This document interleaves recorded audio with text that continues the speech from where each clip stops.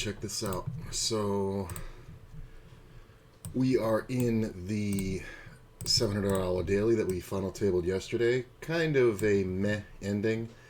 I definitely feel like I had an expectation of fourth place, came in sixth. But, you know, one raise, flop top pair in the open ender and get it in versus aces when you're the short stack. You can't do much better than that, so it's fine. So we got these two on WSOP. This is the 2250 freeze out over here, which, as much as I don't do great in this tournament, I actually really like playing it. I don't know why. And then we got the 6K 1650 on ACR coming up. Oh, let me start my HUD because I'll need that. Sorry. Makes the whole screen blink, of course. Play poker, tournament, max hands, get hands while playing. Now let's do that after we start. And in about a half an hour, we got the progressive knockout 33. We're going to be playing that. Starting in about 27 minutes. Is that right? Can you guys see that? Yes, you can.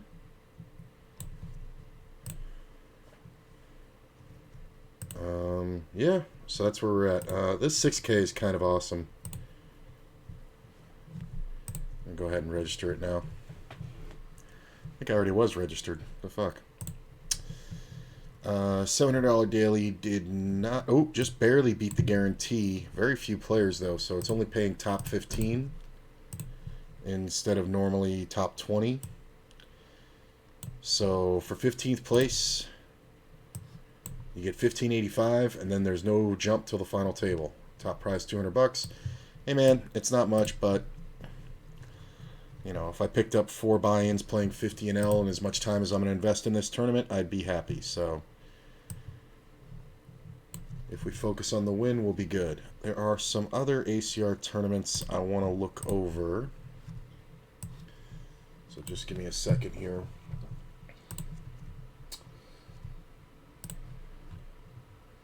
At 2:30, what time is it? It's 1 o'clock. There's the $22. There's also this 2500, which I like. And the progressive knockout goes off in a half an hour. The Big Ten, I mean, that's way too many fucking players for me. Even this fucking PKO, I'm just not into the massive fields right now. There is a PKO 1K. My problem with this is I don't think it's going to pay well enough. So it would take about 400 players to get this guarantee. So top prize would only be about $300, which would be great for a 250 entry, you know, 100 fucking buy-ins, but from just a regular monetary standpoint, I don't like it.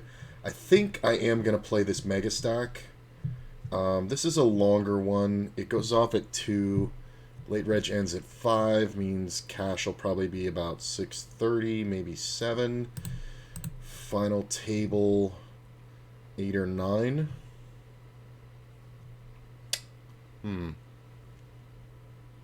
Well, that's not true. It might not take that long. Oh, here's the 1650 6K. I'm going to put that up in the top right corner. Just give me a second to get everything settled. I'm going to fold this, and let's do this. Move that to there. We don't care about that. We care about that. We don't care about that. We care about that. Ooh, Pocket Kangs. I am just going to put this in the top left ignore me spot because whatever. And we're going to get hands while playing.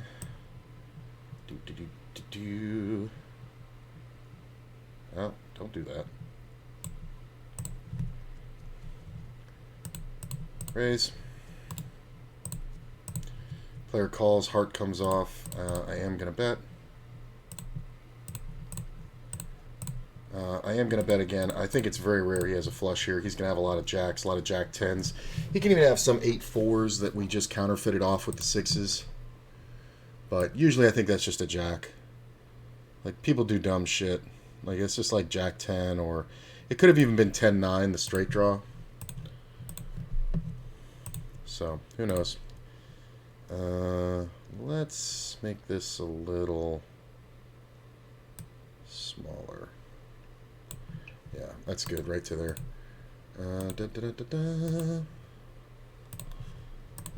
Is the Twitch stream working? Yeah, it is.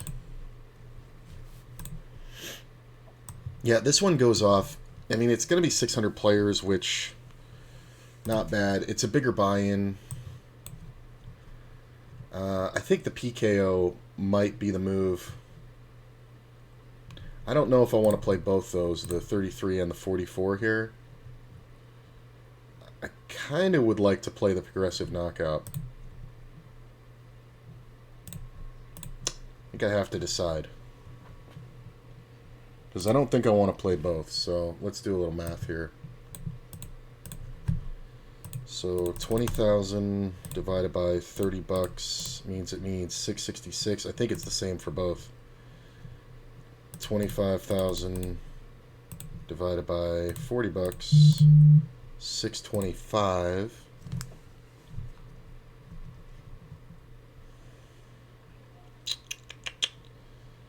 "12-minute blinds, 15-minute blinds, 12-minute levels."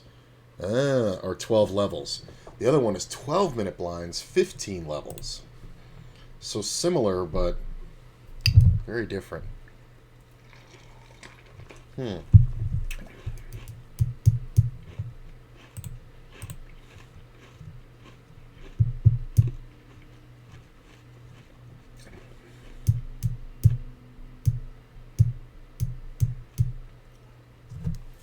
mean, that's a lot of time. That's a lot of time.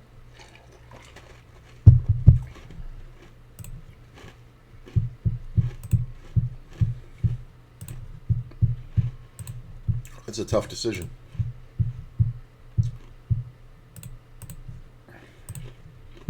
Huh.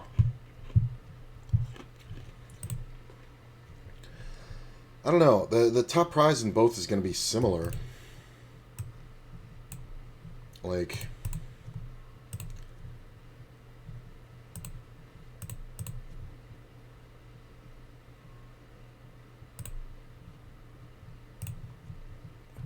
yeah, this top prize will be like $6,000 plus top 2.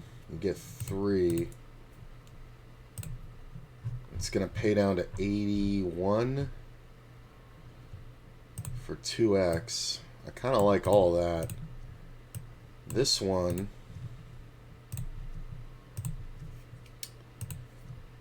uh, 4K, yeah, significantly different without the bounties. Top prize.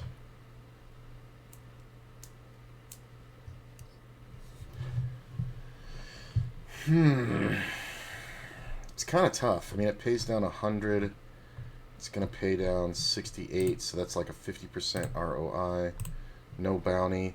I think I'm getting drawn to the progressive knockout. Yeah, I think that's what I'm going to do. That's a tough decision. But yeah.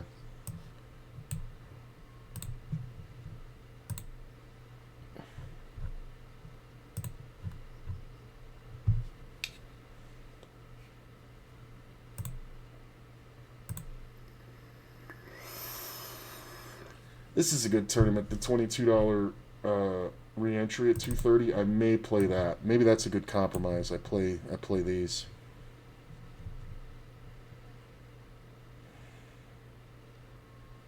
Those are 12, 15. I like that they made the PKO 15-minute blinds 12 levels. I mean, that's 3 hours of late reg, but it's with the longer blind levels, it's kind of more fair. Because the blinds go up pretty aggressively. But if you're patient, you can stay ahead of the average, I think. Yeah. There's another 6K at 3 o'clock. I don't know, man. I'll have to see how I feel.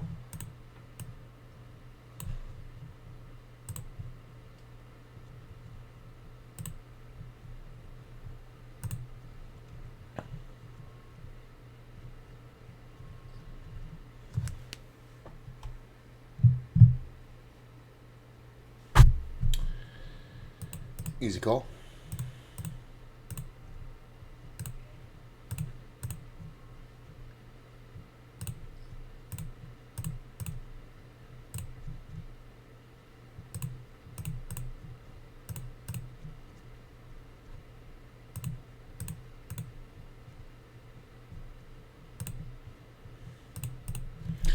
I wasn't sure if he was trapping or if he was whatever, but I kind of got to give him credit for at least top pair there.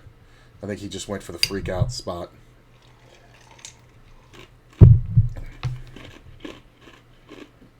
Yeah, I'm going to play the PKO.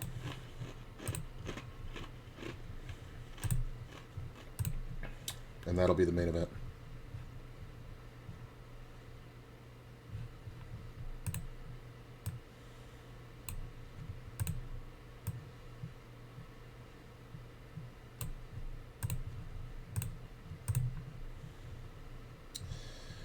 And we'll look at cash games in a minute here.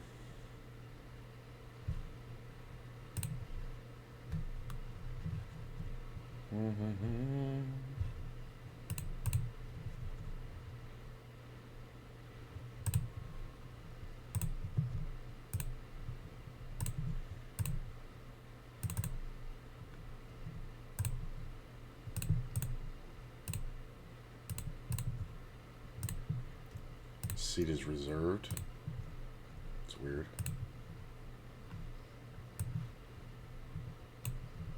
Started the day at 2262.30.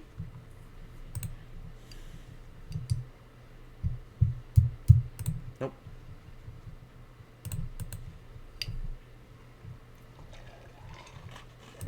I think I want to 3-bet this. Close. I don't know much about this player.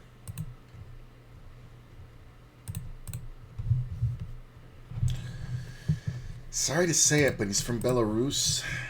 I'm starting to notice the guys from Belarus really are opening a bit too loose. That's my mnemonic device. Belarus loose. In the hijack and low jack. Not so much cutoff, but hijack and low jack, very much so.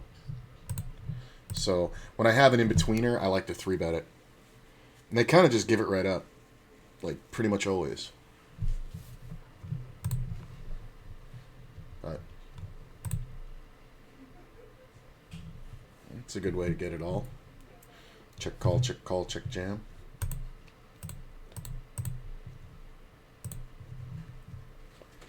Is that what he did? No, he raised right on the flop. Got called. He pounded the turn for 3/4. Got jammed on. The guy was a short stack. That makes sense.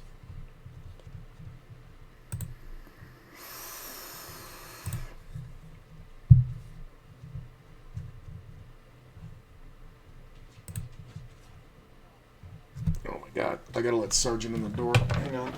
Sergeant's kind of a jackass.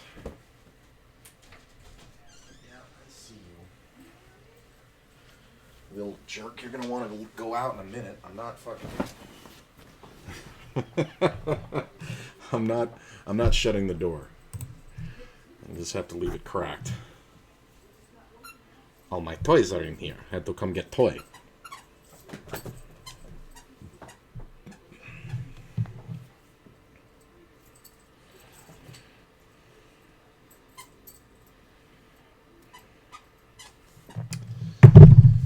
Okay, there's two cash games. There's two 50 NLs. We're just gonna get on those. I'm not gonna worry about the 10 NLs right now. Not until I get all my tournaments started. Do we want to register this one?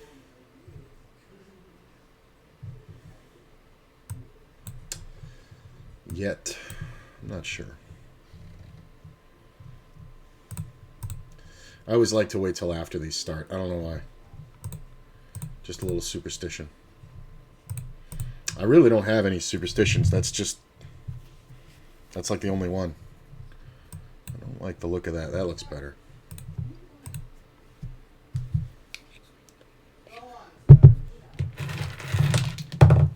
But I do believe in luck. I have to believe in luck because I don't have any. I'm not a lucky guy. The only luck I've ever had is the luck I create for myself by working hard. Literally never been a lucky guy. I remember when I was a pool player, I was talking to my buddy Rob, and there's a phrase in pool when you end up in situations that could go either way, and it's not like you played the shot wrong or your shot selection was wrong, or it's not like you did anything wrong, but sometimes you just get quote-unquote a bad roll. And it's one of those things where it just happens, you know what I mean? It's just like the balls roll funny for everybody is, you know, the quote from the movie. And I remember sitting there talking to Rob one time, and I had won a tournament, a local 8-ball tournament. And he was like, man, I watched your last few matches, and you really could not get a roll. And it's like, you know, which means, you know, if you break the balls and you make something, you're having no easy run out. You know what I'm saying? Like your pattern play is fucked up. And when you're playing 8-ball, it's a matter of making a clear path. So you end up playing a lot of shots where you bump balls to reposition them and all like that. And it's you know, it's very pattern-esque. And usually, you know, the reason why you win 8-ball tournaments is because you were able to successfully break and out more tables than everybody else. I kept getting into situations, I'll never forget it, where I would end up breaking and not only getting no shot, but having really nowhere to play. So I'd have to play into a safety blind, which means you make a ball on the break on an 8-ball, you still have your choice of either stripes or solids. But I kept ending up in situations where I had no shot that I could make, so I'd have to play safe for both sides. So I had to, like, make sure that my opponent didn't end up in a situation that was good for him necessarily. Okay, so this sucks. This player cold called the 3-bet. I think I'm just going to check here. A lot of times he's going to have sets in 2 pairs. Queen 8. Wow. Okay, well, now I know something about him. We're going to go ahead and bet here. So he's just a fish. He cold called a 3-bet with Queen 8, so I should have just kept pounding on him. I backed off because he should have a lot of sets, but from the small blind, cold calling, I mean, that's just ridiculous.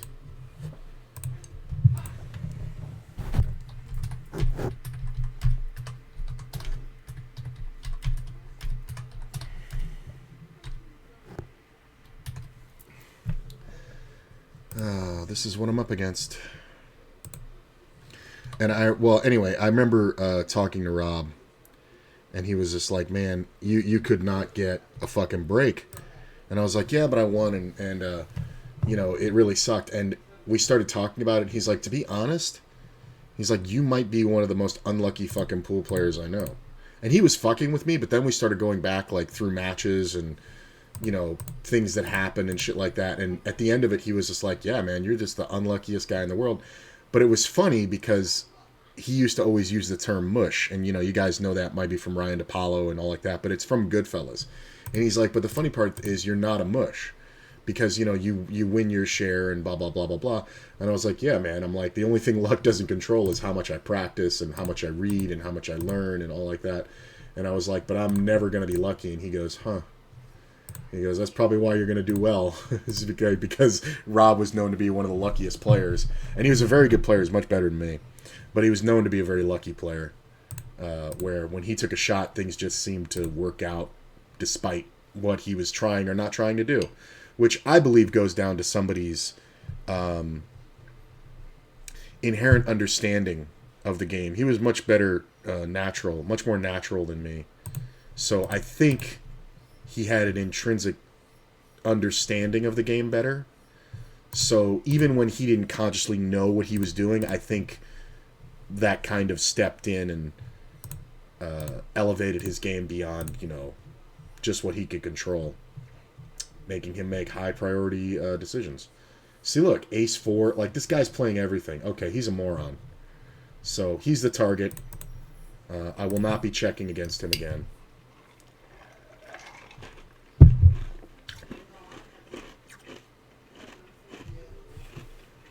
So I do believe in luck, but I also believe I don't have any. I don't believe I have bad luck either.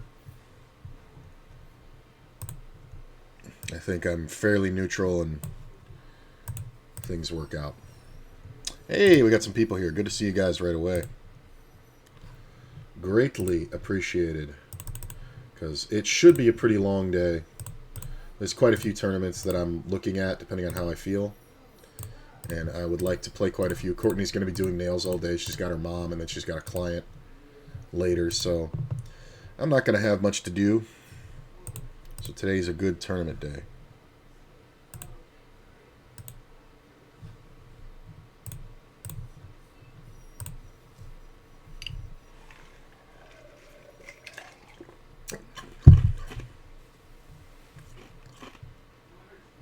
So I 3-bet this guy before. I'm going to go much bigger now. I'm obviously not worried about him going, but he may just snap here.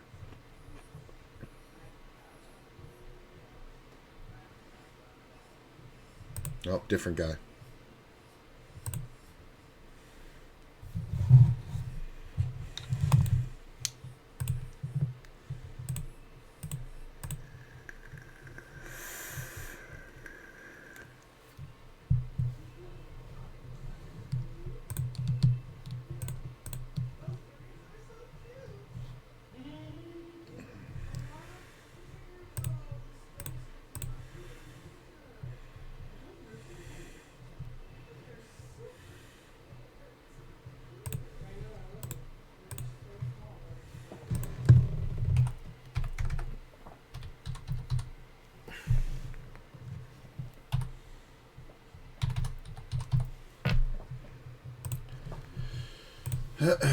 This guy's going to see every flop.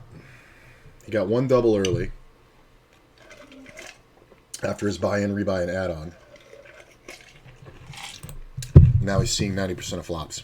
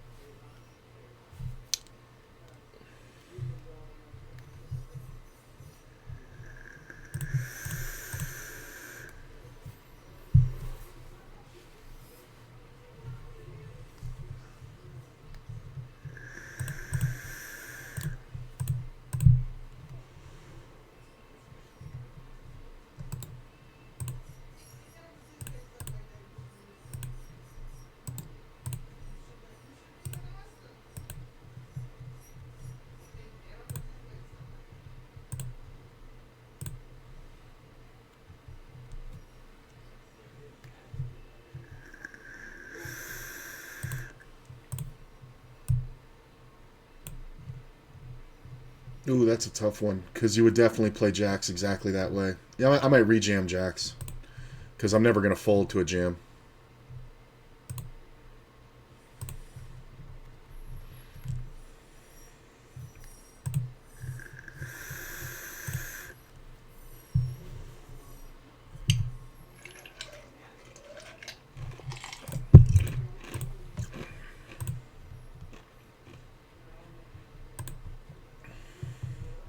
Yeah, I might play this 10K.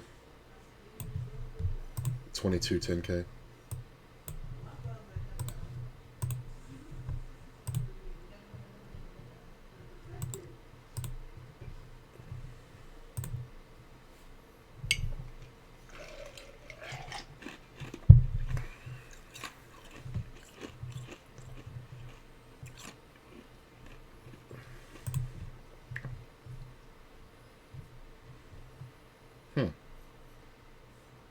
Oh, he was just super short.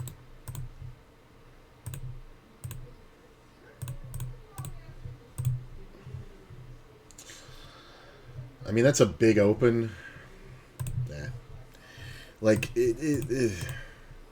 I've been kind of restudying those spots for MDF, minimum defense frequency, and it's like, I kind of need a hand that can also stand up. So, like, a hand like Ace-9 suited might do okay, or a hand like Ace-5, 4, or 3 suited, or 2 suited is fine because they can make wheels, but Ace-6 is just the worst suited ace. It's even worse. It's literally the worst. Ace-7 is close, but the difference between Ace-6 and Ace-8 is honestly, I think it's like 8%. It's huge.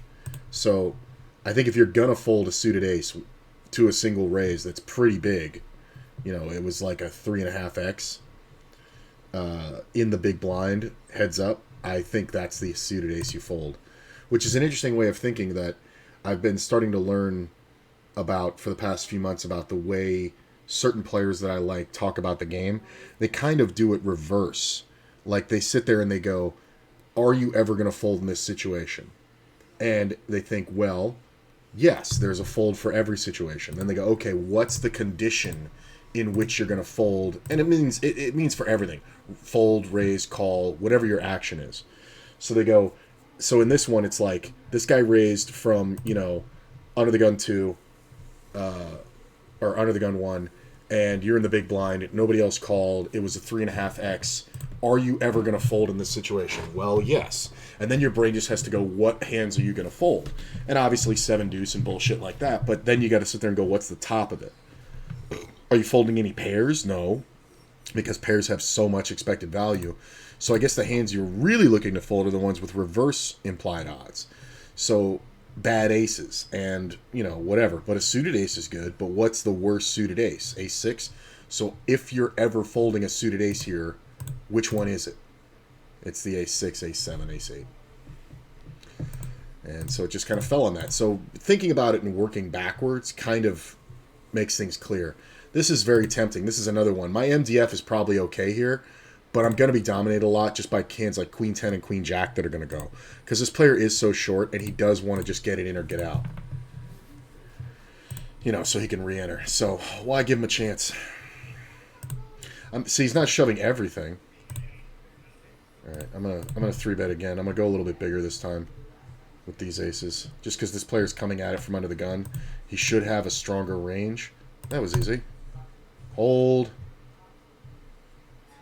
I didn't even get to finish the sentence. I was gonna say he should have a stronger range that should want to get the money in. Hands like I was thinking queens, ace, king suited, things like that. But apparently tens is good enough. So thanks for the dough. People kind of do this too when they see that the only prizes worth winning are like top 2. Like first and second place are kind of worth winning here, right? First place is 200, second place is 118, third place is 72, you know, but, you know, if you put, you know, a buy-in, a rebuy, and add-on into this, you know, you're talking about $9. I actually put in 12 because a guy shoved for 4K right after I entered, and I was like, well, it's a free shot, and I had pocket deuces, and I could just take the rebuy. You think that would be a good card, but it's really not because my hand stands up just fine and we're never going to get an ace to fold, so checking here is kind of really good. Kind of really, really good. Because, yeah, you're just going to see a lot of garbage. That's like having ace high on a non-ace board, that king-queen. Because now, could I bet and get it through? Yeah. Am I going to 100% of the time? No. Because if anybody does have an ace, they are going to call. And it is very likely that this player behind could have an ace. I did raise it pre-flop. But why take the shot? I can actually bluff catch there. I'm going to go ahead and bet. I think that other tournament started. I'm not sure. I'm going to have to look. We can close this.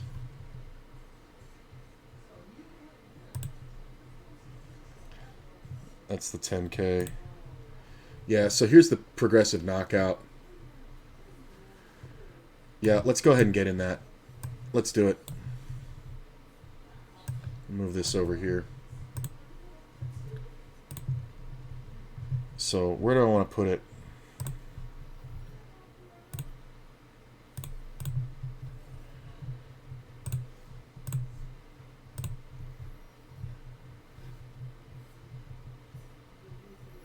think MDF we can call here. Because the jack's kind of okay on its own. I'm going to go ahead and raise. This player's going to get it in with all flush draws, so we're going to try to force this player out. If he folds and this player jams, we're calling, and I'm going to be ahead about 80% of the time, I think. I'm just worried about if this player has an overpair or a good jack. The rejam here now is kind of really crappy. He just calls. I think we check. I'm not 100% sure. This guy could definitely have queens, though. Or like ace-jack or something, or kings or aces. Queen's kind of bad on the river. Spade's bad. If this player jams, we're going to fold. He's got a flush. If this player hadn't called, I would have gotten it in with this guy. He never has queen-jack. Ooh, another 50 and L.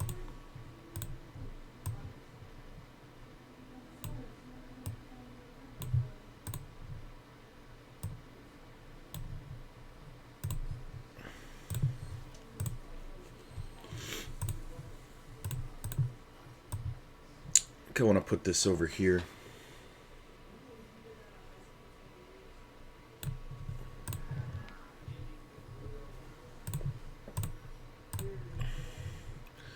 Where do I want to put that progressive knockout is the question. I think I want to do this.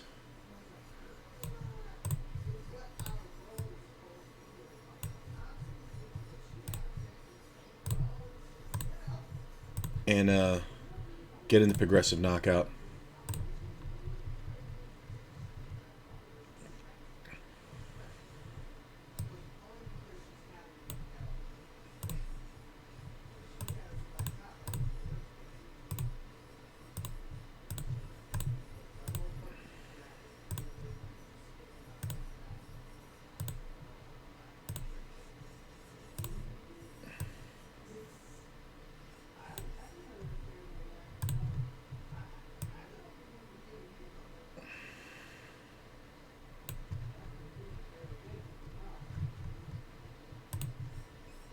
Main event.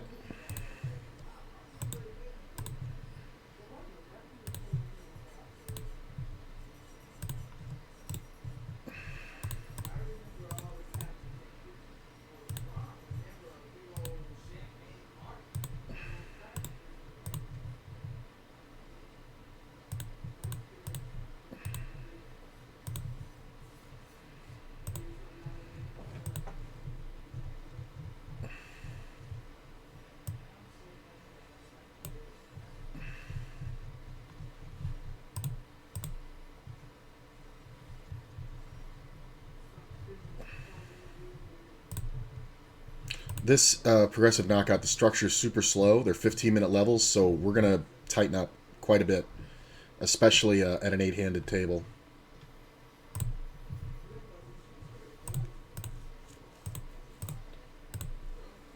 Wow, this one went up quick. Jesus. And it's going up to 2,500 next hand. This structure is fast. I'm ahead of the average, and I got 60 blinds. Look at all these other players. That's crazy. Yeah, I like this. I think I'm okay with this. We're basically not incentivized to play here. Except for premiums and 3-bets. So, like, hands that we can really pile a lot of money in with happily.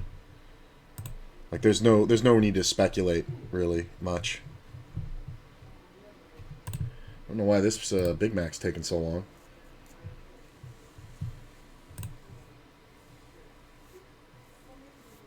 Kings are good.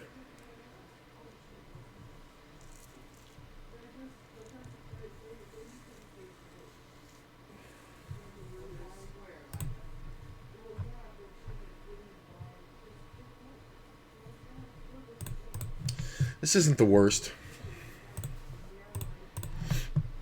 Kind of depends what this player bets.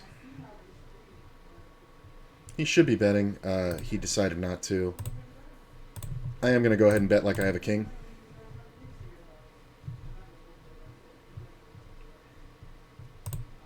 Sometimes I'm getting trapped, but I think in multi-way pots, people kind of play face up. So this was the original raiser. He didn't like the king. He didn't want to c-bet, so he just checked. A player will do that with a hand as strong as queens, believe it or not. And then he sees me bet 2/3 pot because if I had a king, I would want to protect it versus a flush draw. Boom, we take the pot down. And it's not like I have no equity, right? I'm going to keep an eye on this 10K. I'm not 100% sure, though, if I'm going to play it. Kind of depends. I'm kind of very comfortable with what I have right now. Hey, everybody coming out today. What is today? Is today fucking Thursday? Nice.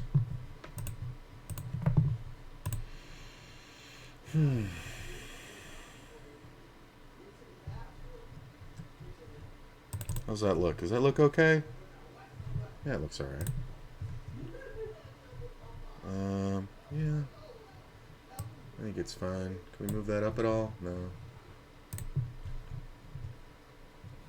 I guess we can move this a little over. There we go. Oh, what the fuck? Fold. No, thank you. Guess I should probably try to keep all the WSOPs in one place and all the ACRs in the other because they overlap. They don't jump in front of each other, but I kind of like this. Sure. Gut shot.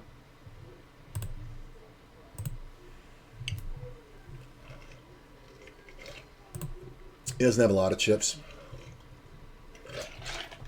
We're obviously going to peel.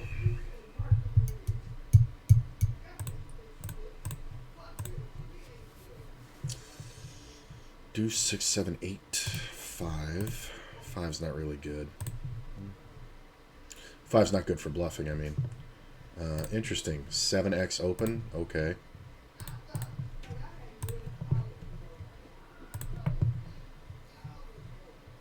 Seven X from the small. Okay.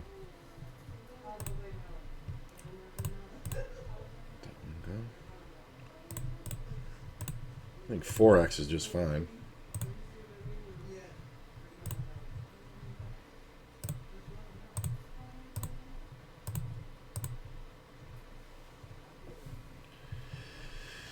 C-raise. Do we want a 3-bet? I think I do.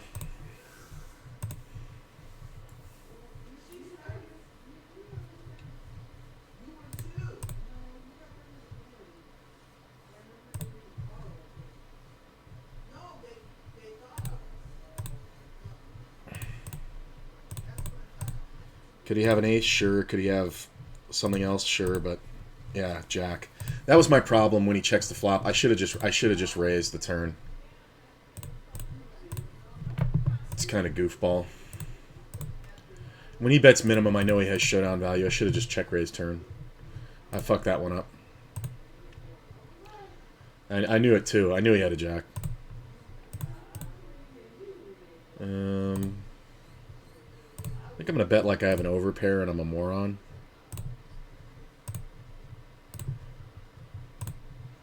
So, I'm obviously not folding to this player. He calls, 10 on the turn. Could he have a deuce? I mean, sometimes there are some suited deuces left. Ace deuce.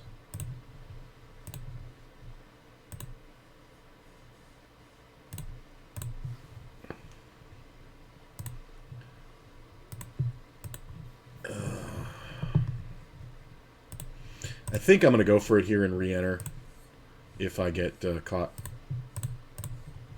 If he jams, I'm calling. It's just so rare that he has a full house here. 6 in the river gives me showdown value. He can have 4 or 5, so I think I'm going to check it. Nice, he had a 3. Calling is not how you protect your hand. That was my other thought, that is that he could have a 3. Because he would have raised the turn with a deuce, right? Like, if I jam the river, though, is he calling? Like, I kind of doubt it. Running spades came off. And he should have folded by then. So that was a nice turnaround. I mean, but if that hadn't happened on the turn, or whatever on the river, I would have absolutely called it. So he's out of position. He's 3-betting me, Brazilian. I'm going to hang on to the chips for a minute. It's kind of up in the air.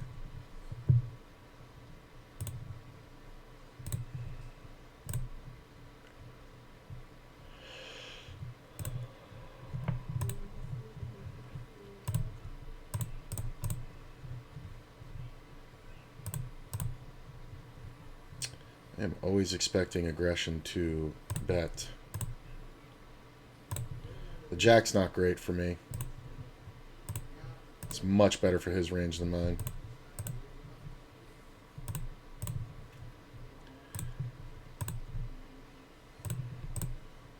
He's probably got like a fucking pair of 8s or 9s or something. Unless he bets big here. Wow, really, bro?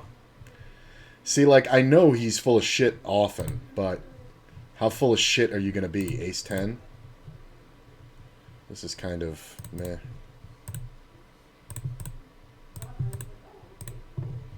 Fuck did you have? Ace deuce. Betting the gut shot. I'm going to small bet the river here. Kind of a blocker bet. I just want to make it hard for him if he doesn't have a spade. Nice. I think I may have bluffed him off the best hand. It's possible. But he didn't have a king, so he may have had a baby flush or something. But, like, you know, how do you call with, like, pocket 5s with the 5 of spades? It's kind of a good bet. Oh, that call's a problem. I was going to say, I was thinking about check raise, but that call's kind of a wrench in the works. Yeah, we can defend here.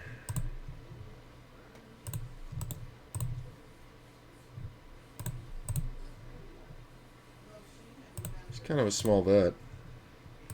I mean, if you had a queen, that's what you would bet. Oh, not a king. It doesn't mean necessarily that I'm beat. Like, what kings are there? Ace, king, king, queen, queen, jack. Or king, jack. It cuts it down significantly because I have a queen. Well, that's a great run out now. He's just going to check back immediately, right? King 10. I was just thinking, right before it rolled over, I was like, you could have king 10. I don't know why you c-bet that.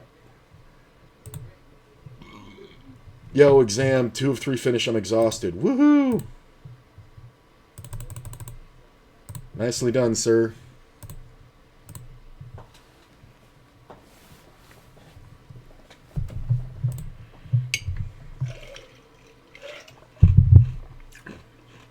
I saw you stuck around for the host yesterday, man. Hope you enjoyed it. I really like Spooky and Gothica and Sheeta Man. Those are my 3 favorites, I think. Just fun. Chaotic streams, but fun. I was actually watching a multi-stream with them, all 3 of them at the same time.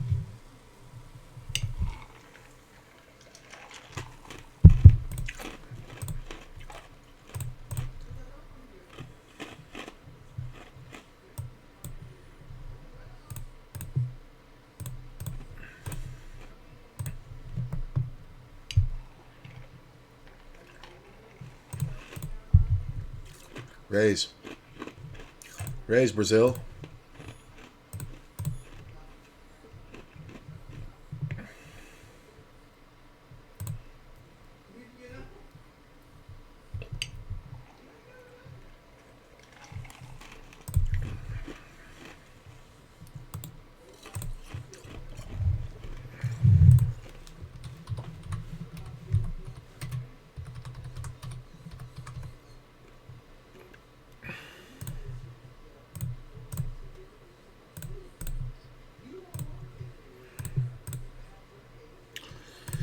I don't really love this just because we're going to get 3-bet a fair amount, but man, when we go to the flop and flop 2 pair, the world is our oyster.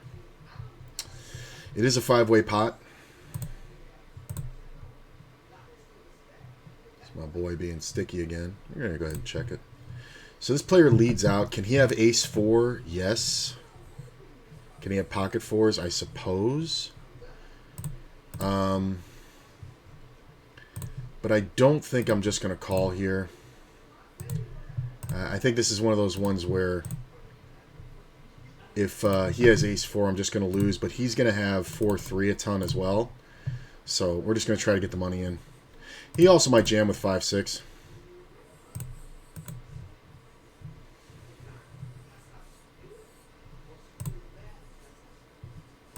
He calls, an 8 comes off. We're going to get the money in.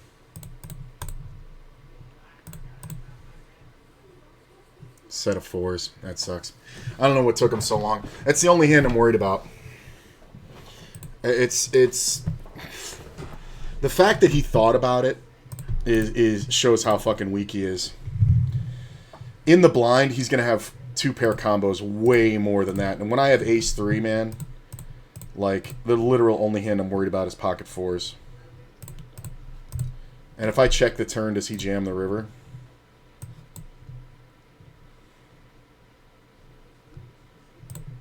I mean, I made a pot-sized bet. If I check, maybe I save 20 bucks in the river, but he's supposed to have 4-3. I mean, I guess he can have ace-4 and have me beat, but he can also have 5-6 and be leading out to block. He let out with the set, which him having low confidence kind of is hilarious. But I think it's fine. And when nobody else calls, I think I have to raise on the flop. Like, if somebody else had called, I could have called, but it goes check, he bet, and then everybody folds. I think being heads up going for showdown, like, we could have gotten in on the flop, and I'm happy as shit.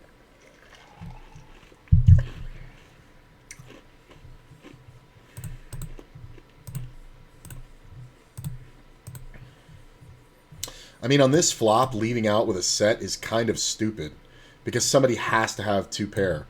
Like, you're never going to get all the money from a guy with ace-king, even though it was a raised pot. Just never.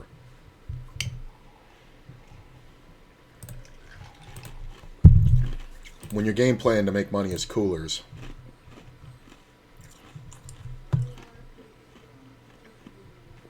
Full pot.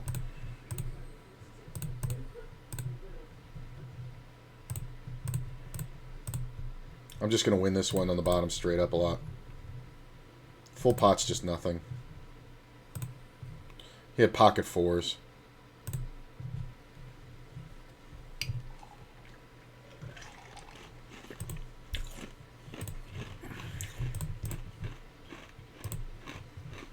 Yeah, it was fun. Great energy. Yeah, she really does have great energy. They all do.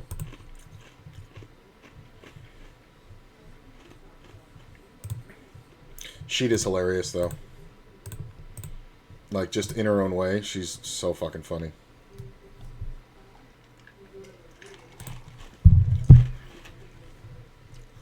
Plus the screaming. That's why I said she's the goat of streaming. Because everybody says she has, like, that goat scream. You know, that you hear from all the memes and everything.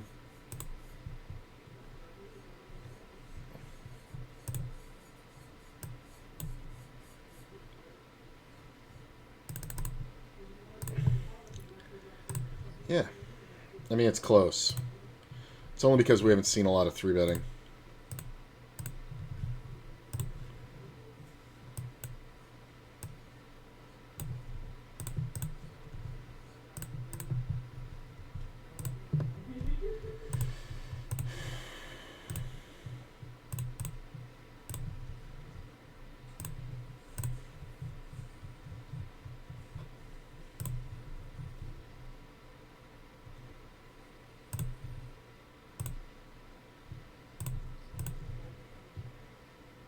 It's kind of a weird turn. I'm going to go ahead and check.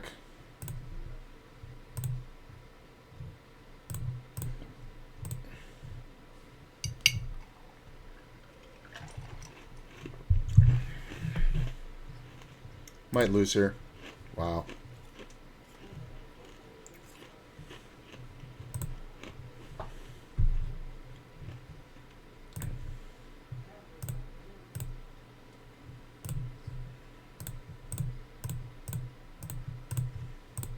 This is kind of a blind bet.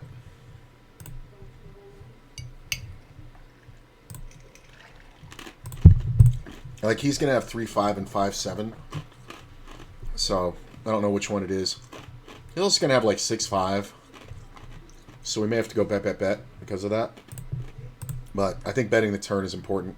I think he was deliberating about like a hand like 6-5 or something. So betting bigger on the turn is obviously important. I just don't want to get beat by like a pair under a queen, you know?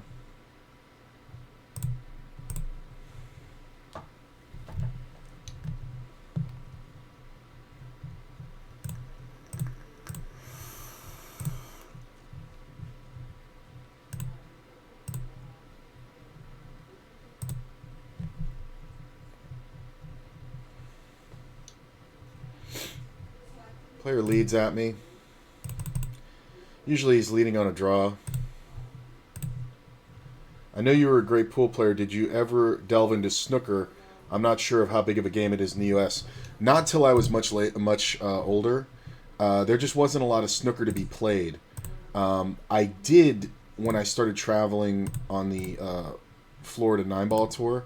I began watching snooker, and of course fell in love with Ronnie O'Sullivan.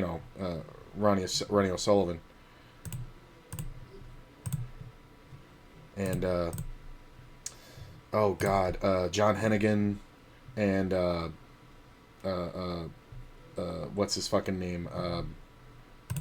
The Asian guy. I can never remember his fucking name. Oh god. But I mean, of course, Ronnie the Rocket. I mean, just amazing. Just so many fucking amazing 147s.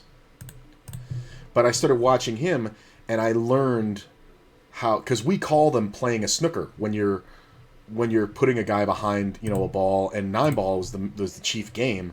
So of course, you know, if a guy doesn't hit the lowest ball on the table, you get ball in hand, which is basically the end of the game for any competent player on a fairly open table. So snookering a guy was a big thing. And there was also a rule in 9-ball where if somebody fouls 3 times in a row, they lose the game. That's all there is to it. And it's kind of an insulting thing to do. Look at this. When you 3-foul a guy. But I had quite a few on the Florida tour where I decided I wasn't going to beat this player in a shooting match because I was not anywhere near as good as the rest of these guys. I'm just going to call. So I got into snooker fights with them. And I would just sit there and snooker them over and over and over again. And eventually they would get so pissed off that they would just, you know, blow it going for a shot. I'm going to jam it. I mean, I don't think it goes much further anyway. Like, yeah, he's not going to keep bluffing. So, we have to go for the bounty. Okay. Can't get a 7 over here. Yeah, you win. This is why you need a 7. People do dumb shit like this. I guess I could have just called that. I mean, if the player is bluffing, I guess we have to let him bluff, but I don't know. But yeah, I love snooker. I actually, to this day, I watch a ton of snooker. I don't watch a ton of 9-ball anymore. Like when after streams I'm on YouTube and shit like that, and I see, oh, here's a highlight of the the Crucible or something like that. I'm like, oh fuck yeah, and I love watching it. And when you understand how much more difficult it is to pocket balls on a snooker table versus a pool table, you really gain an appreciation for that fucking game. Like the size of fucking snooker pockets is just ridiculous. It's literally the ball and like a quarter inch, half a quarter inch on each side. So this player's an idiot. This player's obviously just doing something weird. I think we just rip it because we're not going to fold for any of these stacks. So we're just going to get it in with a king. Unless this guy calls, I think we're okay. This guy can have pocket sixes sometimes, but we're not going to see ace-king here very much.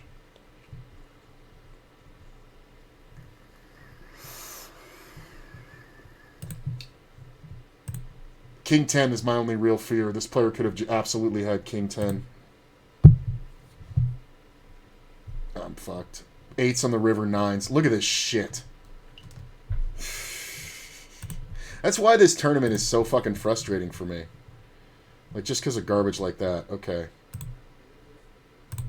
So, we're sitting out. We're going on break. All right, I'll be right back. I'm gonna rearrange these when I get back. I gotta take a leak. I will return.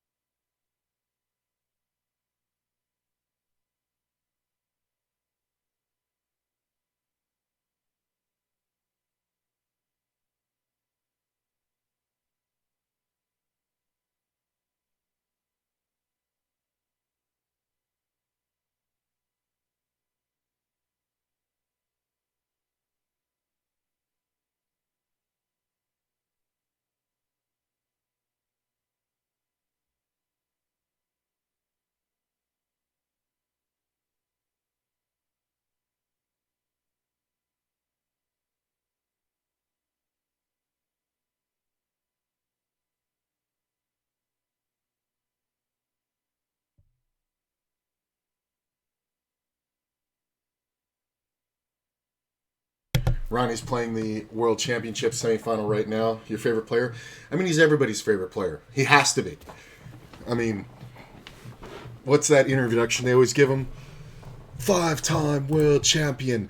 Blink and you'll miss him. Ronnie, the Rocket O'Sullivan. Like, he's just the greatest fucking...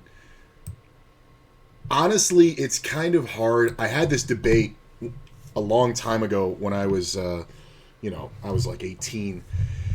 And my fucking, like, my contention was that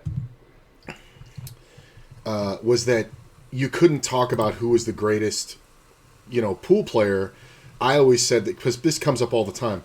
My answer to greatest pool player, by far, is Efren Reyes.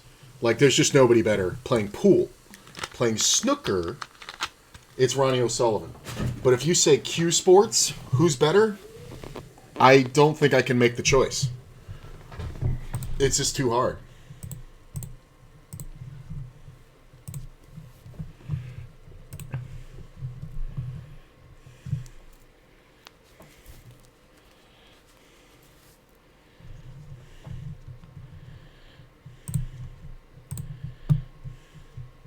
I ended up finishing 20th tourney, accidentally registered yesterday. Lost Ace-Queen versus Ace-King fairly deep. Pretty standard. Played it as a semi-bluff pre-flop since their 3-bet range had been super loose throughout the tourney. It was definitely a correct play. Unfortunately, it ran at the top of the range.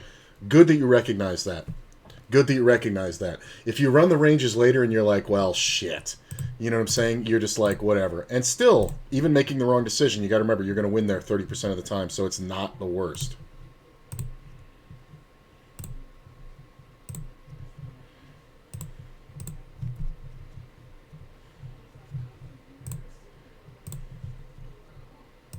Ooh, there's more 50 and L's. Okay, I'm not depressed anymore. I got more tables.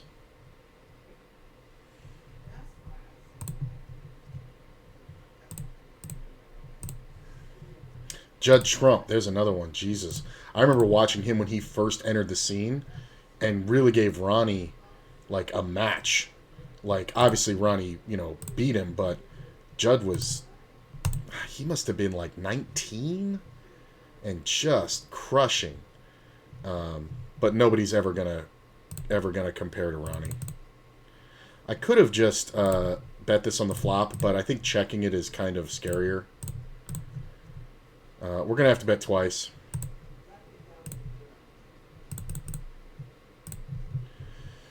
Sometimes he's got like jacks or queens here, which means my check may have allowed him to get to showdown here and make this hero call. Whoa! Over-heroed second pair? Queen 9! Queen 9! What? What?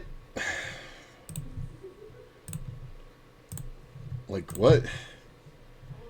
Like, I get calling the 3-bet kind of, like, it's not a great one, but it's okay. But I guess it's because he hit the pair on the turn, but man, like, what am I doing that with on the river? If I had ace-queen, I'm betting the flop. But, like, I think my play is perfect there. Checking this flop, betting the turn, betting the river for value. And the occasional, it's like a combo bet. It's like you should get better hands to fold, like jacks and queens, but you should get worse hands to call, like this queen 9. Wow. Yeah, I had a 75% snooker table in my house growing up. That's an interesting concept, because snooker table's so big, they do percentages, which I'm super grateful for. Switching over to English pool, nice and easy. Yeah, never been great at the US 8-ball, 9-ball setups, especially jump shots. Jump shot is a funny story for me. The night of my junior prom. No, senior prom. The night of my senior prom, I didn't go. I just wasn't one of those guys. You know, I wasn't involved in any of that shit, so whatever. So me and my girlfriend, well, it wasn't my girlfriend, this chick I was fucking at the time, ended up at the pool hall, and I learned my jump shot the night of my senior prom. I didn't go. I stayed there and I got my jump shot, and I actually got very good at it. It's one of those things that once you learn how to jump, it just kind of becomes something in your arsenal. This is kind of weird. Yeah.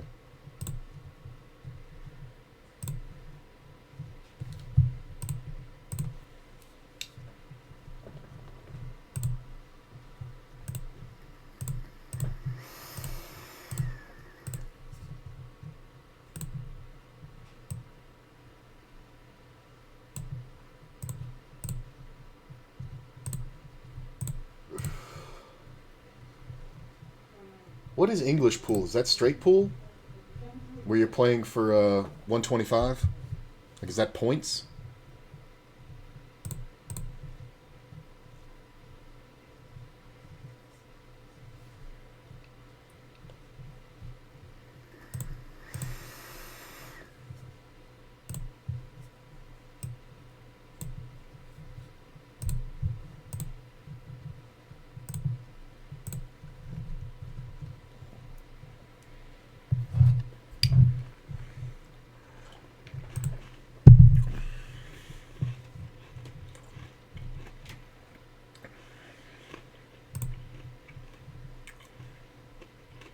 What's up, Takis? That is the current challenge. Don't forget to check out CGC, the other cash game challenge, first stage.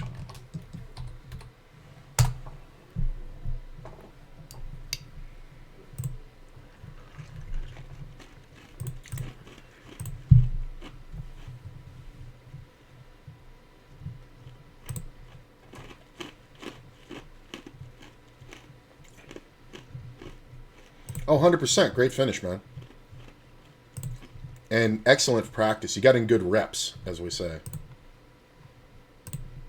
Oh, I was going to call this, too, if this guy hadn't raised. Look at that.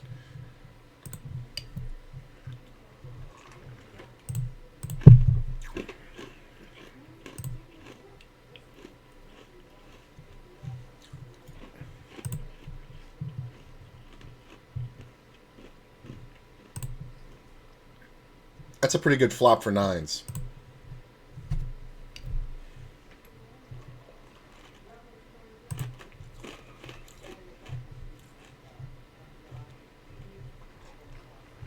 I'm just going to click him. Sometimes he has something weird here.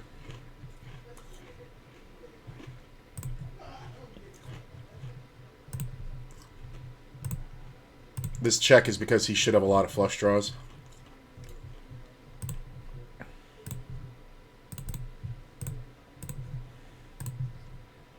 he has like sixes full, he'll go bananas here. But how do you get more action? How do you get more action out of fucking quads? He actually had 2 outs against me. He had the straight flush outs open-ended. That's crazy. But how do you get more action? You check it when it looks like a bad card came off for you. That's a nice one. I really like that one.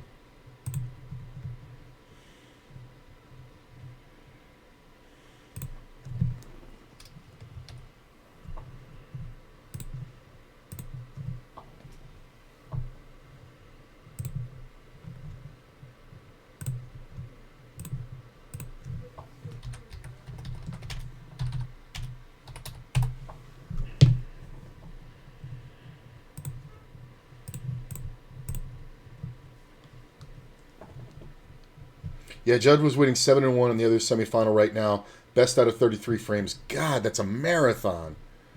Judd is on a downswing at the moment. I think he's concentrating on his pool game. He played the U.S. Open in 2021, lost to Jason Shaw in the 3rd round, I think. I mean, Shaw, Jesus Christ. I mean, modern day poker or pool players I don't keep up with much, but Jason Shaw comes up. And who's the other guy, the deaf kid? God damn it, what's his name? He's probably the best in the U.S. right now. I grew up in the Johnny Archer, Nick Varner. I knew Tommy Kennedy when I was growing up because he was the best friend of the guy who ran the bar. All those guys, Steve Miserak, he was on his way out at the time. But, all those dudes. Earl Strickland. Shit.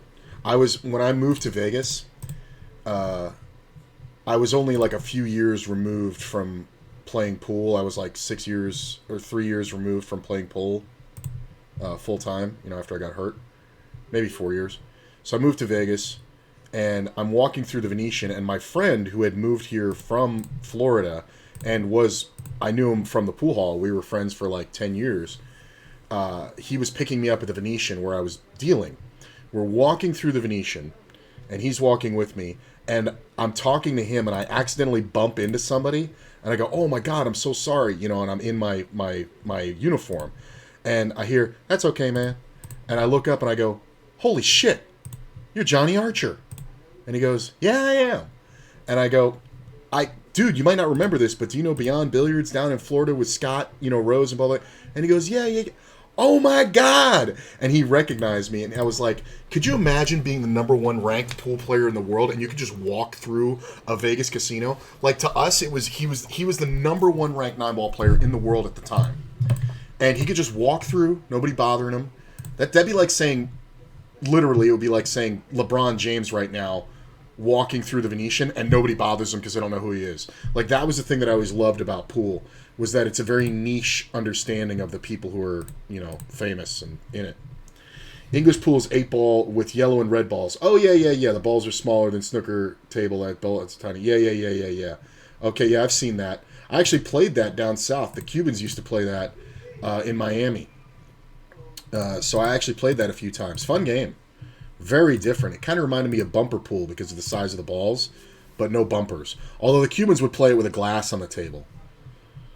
They would take a glass and they would put it on the table, and it was an obstacle you had to avoid. Judd and Mark Selby both switched between snooker and pool tours. They're two best snooker players outside of the class of Ronnie. Higgins. Yeah, Higgins and Williams. Yeah. Higgins, too. I forgot about Higgins. Yeah.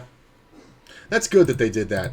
I forget who the female snooker player was who transitioned over to American pool, but then took on the world. Not Vivian. The blonde one. The one who always played great when she was pregnant. Oh, God, what was her name? English. But she was a snooker player. And she came over and just took over the 9-ball world. Not Vivian. Not... God damn it, what's her name? She always reminded me of Jennifer Harmon, the poker player. She always she kind of looked like Jennifer Harmon. God damn it, I'll never remember her fucking name. I'm gonna have to look it up. That's gonna drive me crazy.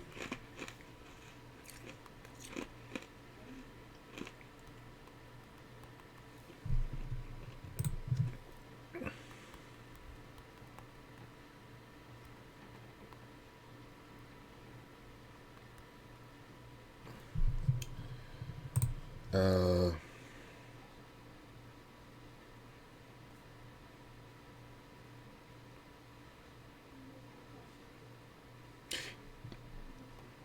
I think this is her. I can never remember her name. If I see her picture, I'll know it's her. No, not Kelly Fisher.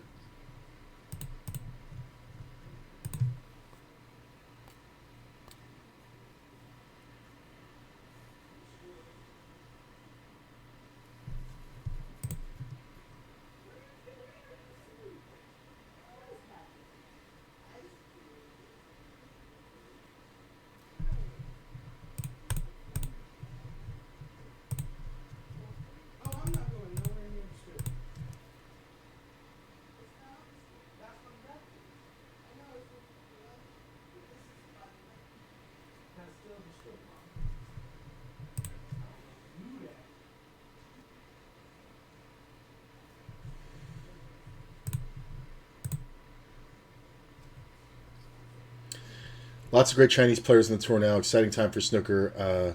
Zhao Xingtong, yeah, and Yang Bengtao. Yeah, Yang Bengtao is amazing. Defense caused some drama in the Moscone Cup last year. Shane Van Boeing. Yeah, that's the guy. Shane, I love him. Yeah, his deafness did cause a problem because he would turn his hearing aids off, and they called it an unfair advantage. And his response was, "So being deaf in his advantage, great." And he basically like told them to go fuck themselves, but which very American response to it, I thought. But I don't think he's wrong. Like, why not? The guy has to live his life deaf, and he found a way to make it an advantage.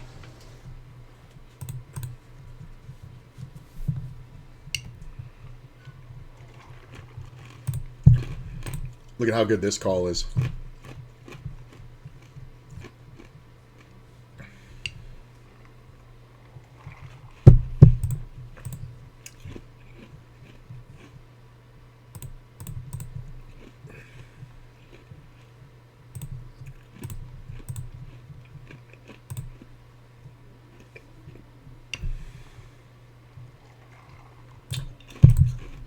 Really? Okay. I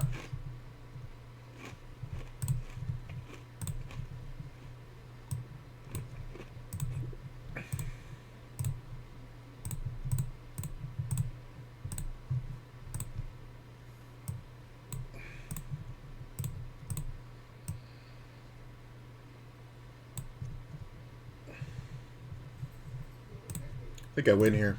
Yeah, there's no reason to bet.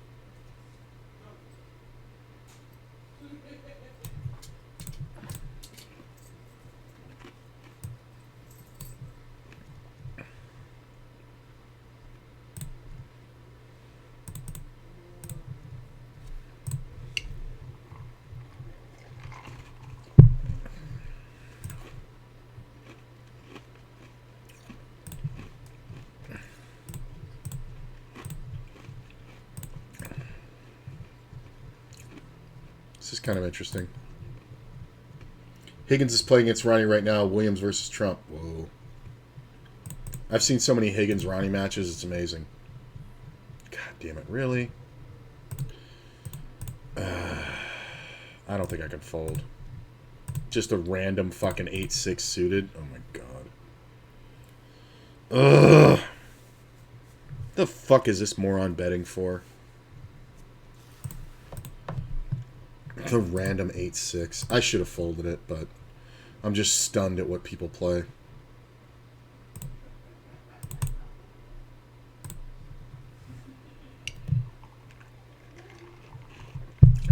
I'm not folding. This guy doesn't have enough. I mean, this player's super short, but I think the ace-9 is just strong enough. It's a little loose. It's fine. Where'd everybody go? Ooh, that's a good flop. Okay.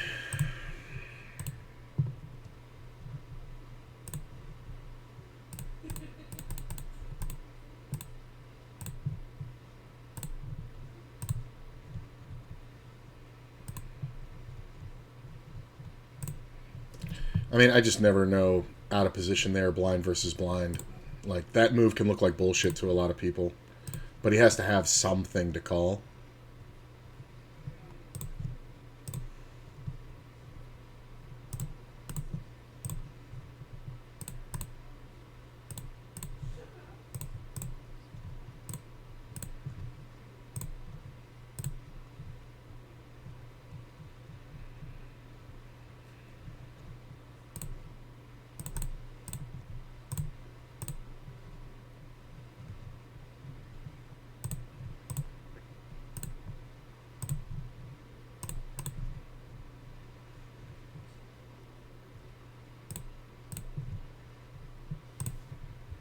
I mean, sometimes this is a flush, but I just don't know what he's calling me with. Maybe just overcards. Maybe we should have kept betting. It's a little bit of a blind spot for me.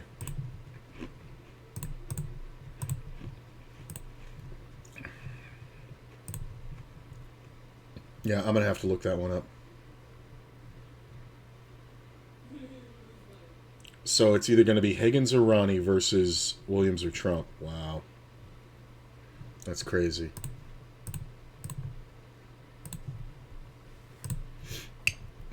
My wife loves when I watch snooker for that one commentator when I'm watching like highlights. Where's the cue ball going? She loves that. I found a super cut of that guy saying that over and over and over again, and it was hilarious. I think the rule is that you have to verbally say extension. Oh, I saw that. Yes, I saw that. Yeah, but it was so obvious in extension. I did see that. But in one of the racks, he nodded to the ref and said, yeah, I saw that one. Yeah. And the ref acknowledged it. When they had the playback, it was like the ref totally acknowledged it. Like, it looked... Yeah, it was ridiculous. Yeah, no, I forget who he was playing, but yeah, his opponent was like, what are you talking about? I thought it was a fucking extension, too. Like, it got very aggro very quick, I remember. Shane was, like, the nicest guy about it. Everybody else was like, what the fuck are you doing? Like, obviously that's an extension. Like, they went to the playback to look at the ref. And it's like... Pretty sure Shane won that match, too. Which definitely it could have changed the whole pace of everything. Might win this one.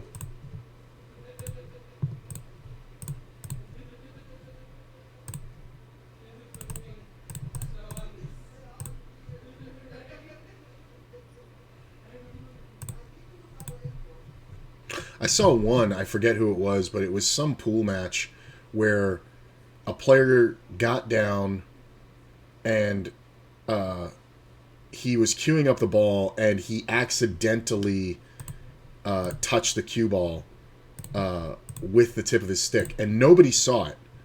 And like the cameras weren't even on, and he stood up and he goes, and he goes and he sits down, and this is before the time clocks. I forget who it was, or maybe they just didn't have time clocks instituted. And he goes, foul. And the ref goes, it's not a foul, take your shot. And he goes, no. You might not have seen it, but I did touch the cue ball with the tip of my stick. And he's like, I'm telling you I did. And they didn't have camera on it, all like that. And he goes, and the ref got shitty. And he goes, I didn't call foul. Nobody can call foul but me. That's the way it is. And he goes, okay. And he walks over to the table.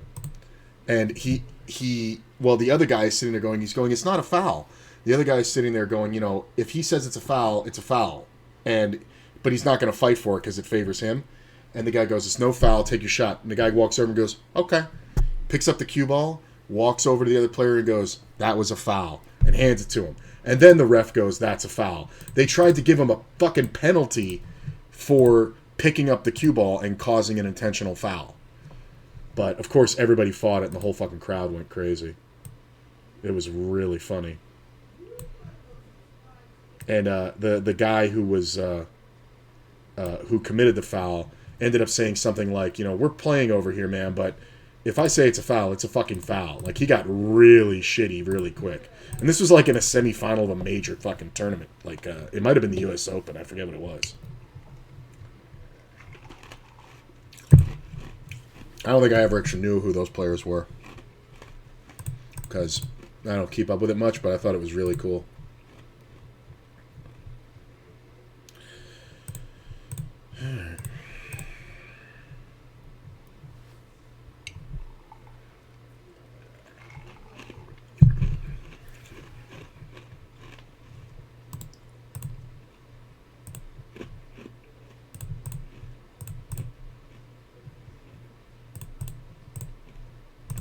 That's a pretty good flop for ace king suit, or for ace deuce suited.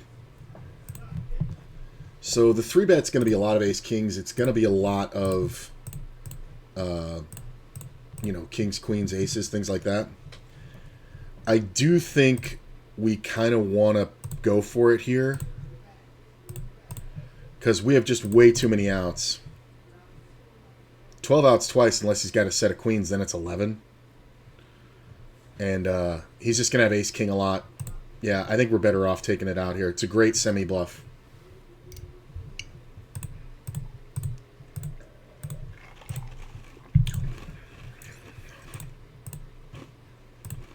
And that's the thing. It's like Shane motioning with his head. It's like, dude, he's deaf. He has different forms of communication. Like, the guy literally does sign language, with his family. So how are you going to sit there and tell him, that his indications, it was just so natural of a way to communicate for him. I think that's what got him.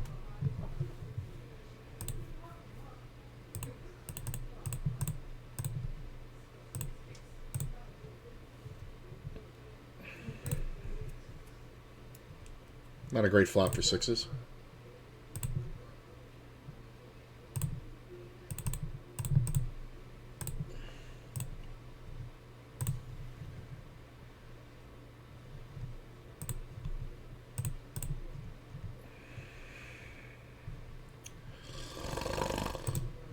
I love the limp call with a fucking set here. Just limp. He might even have quad fucking sevens because he didn't fucking open, really? You're just going to limp fucking nines or tens? I kind of doubt it.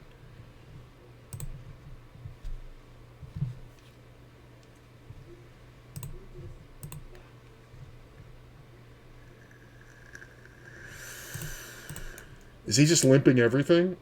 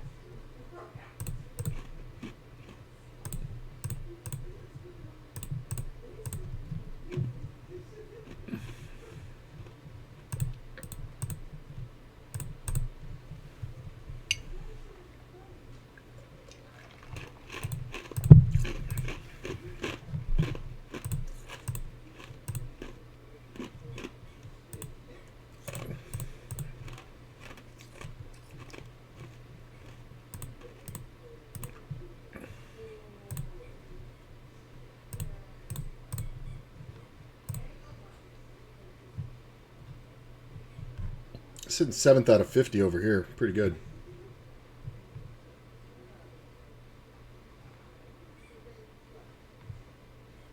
I'm just going to limp this one. I could 3-bet it, or I could raise it, I mean, but I think I'm going to get position here a bunch, right? Yeah. It's kind of a great flop for a limp pot.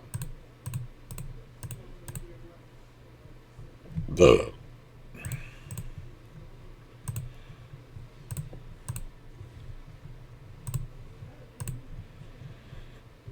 I think this is better off just calling. I mean, we have the best of pretty much all of it. In position. Kind of like it. Well, I mean, I don't have the best possible hand, but...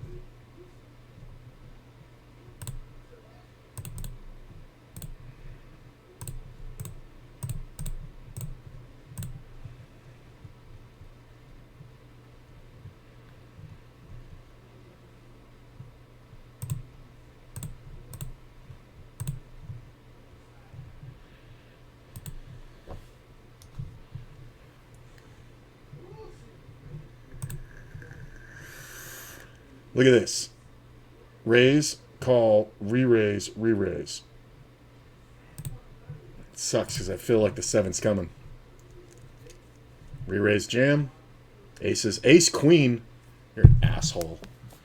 You deserve to lose every fucking nickel you ever fucking play for. The fuck are you for? You 4-bet ace queen. What a fucking donkey.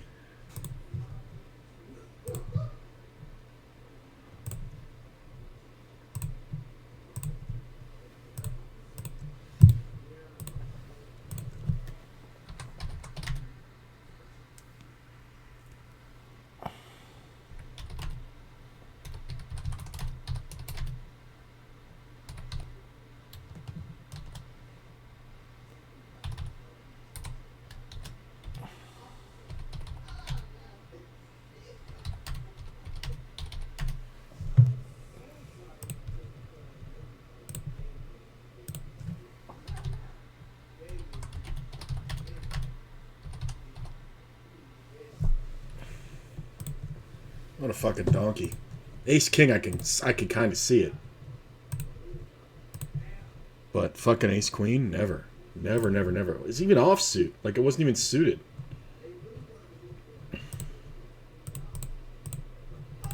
And then when you 4-bet bluff, like, that's that 4-bet bluff thing again that I saw yesterday. Like, then when you 4-bet bluff it, right? Like, you 4-bet bluff this, going to 25. You just save the $21 here. You just fold, man. Like, that's the thing. If you're going to play that 4-bet bluff, you got to be able to fold. Look at this fucking nonsense. Raise, re-raise, call, jam, cold. Cold jam. Different player. Looks like the same player. Different player. You know, same position on the table, same avatar. I don't know what hand that's a good idea to do with. Like, if I had aces there, I would probably make it $20, maybe 22, something like that. But I'm not going to just fucking rip the whole stack.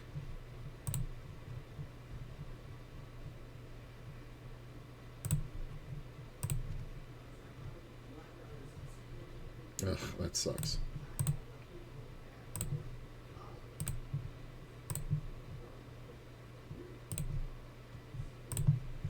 I think this is kind of a two-way bet.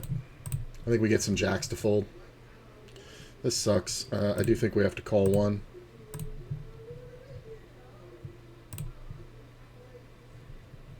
Check.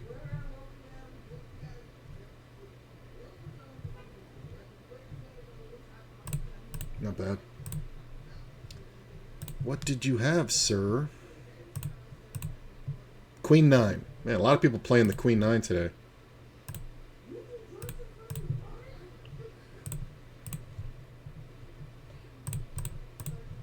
Snap called.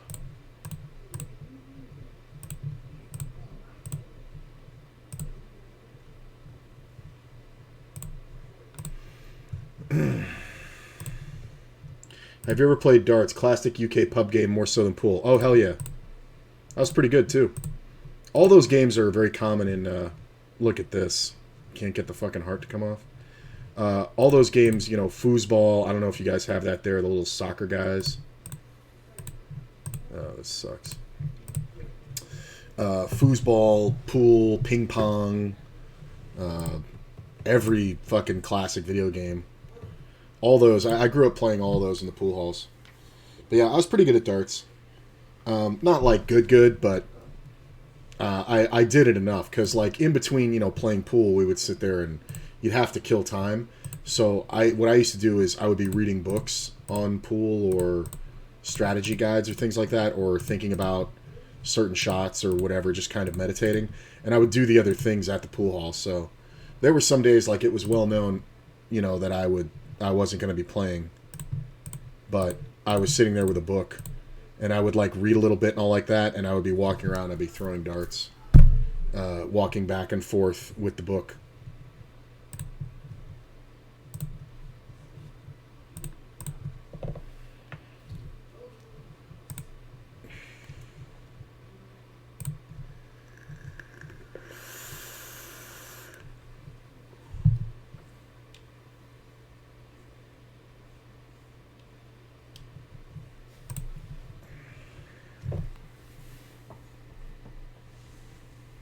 I forget what they were called. I think they were called hammerheads.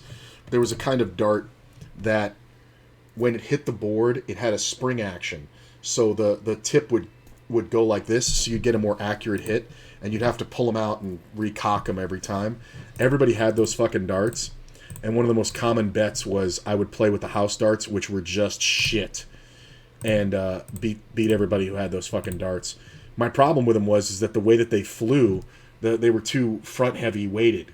So everybody who threw them, you had to throw them really hard, and that throws off your accuracy.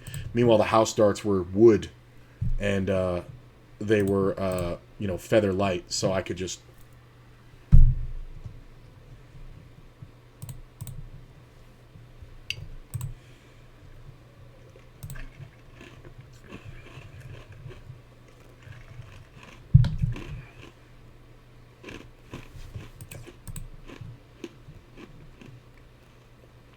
Pickles is kind of really aggressive. Good flop.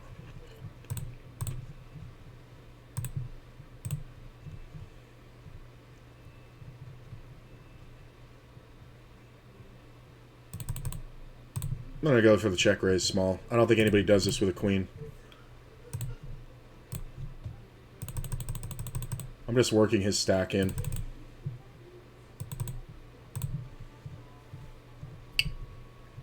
I don't think he gets away from aces here. This is kind of really, I have a club draw.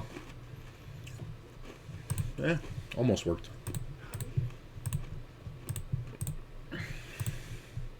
Maybe he's one that I'd have to overbet it.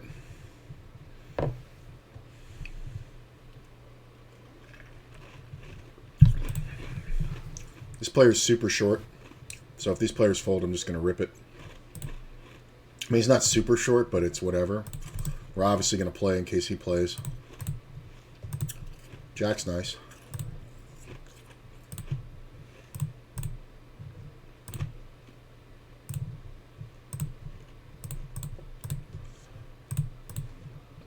I think this guy's trying to contemplate what's the value in a bluff.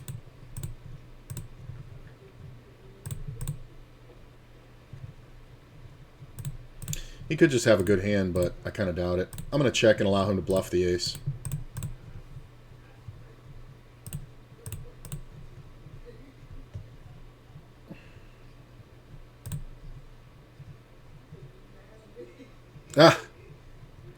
I knew he was just opening to fucking try to target this guy, but King 7, dude, come on, really? He fucking 2-outered it. I don't lose a dime if a nickel or if a 7 comes off or if a king comes off.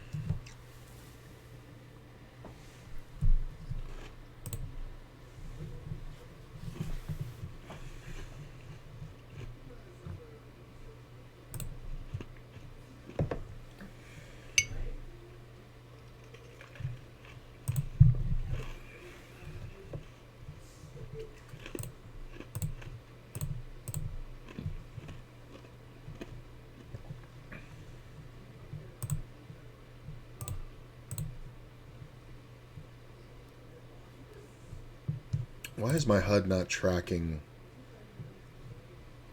Yeah, I love darts. I have a board in my room back at my parents' house. Yeah, I had a dartboard growing up as a kid. I used to have the Chinese stars and kitchen knives and all like that. I could pretty much stick anything in it from 8 feet, and it was fun. My dad hated it because it would have like 2 or 3 knives and a bunch of throwing stars and all like that, like constantly sticking in it. And he eventually he was just like, "Can you take those out? Because what if somebody trips and falls and they fucking hit their fucking face on this thing? It's like a fucking it's like a fucking just bear trap sitting in the middle of your wall." I was like, "All right." So I then removed them. That's when I was real young. I was like, that was before pool. I still had the dartboard the whole time, but I got into that because I like the throwing stars, because I was into martial arts as a kid.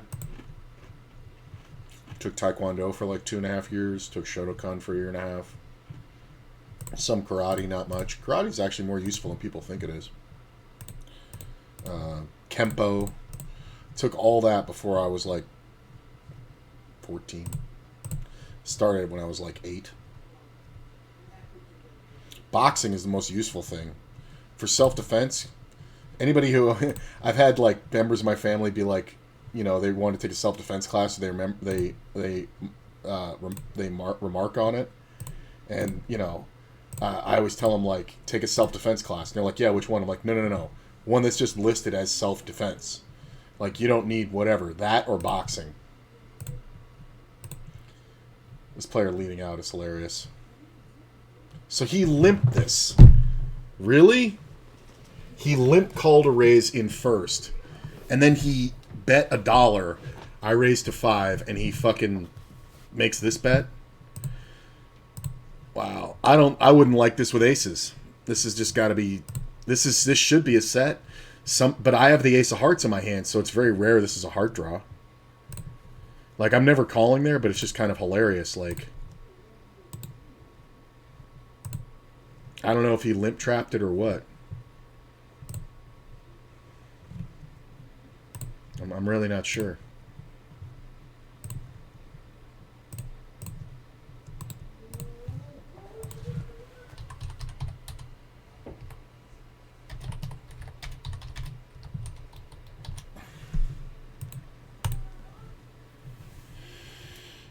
I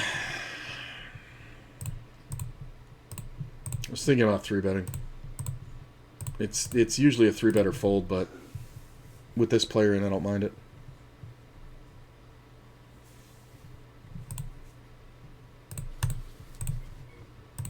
I think we take a card off because of the spade.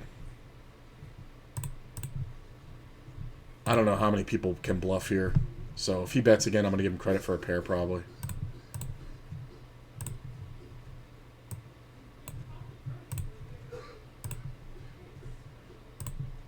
Like, but why bluff, right? Like, what's the point?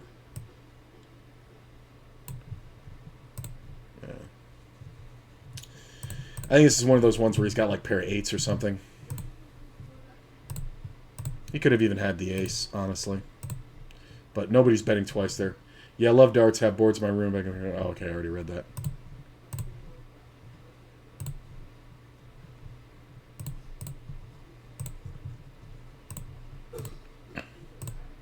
Any one of those bar games, man, they're all so fun.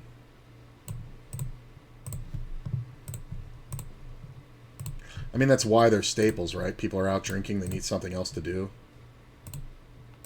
Somebody might have an ace here. The 6 is kind of well hidden.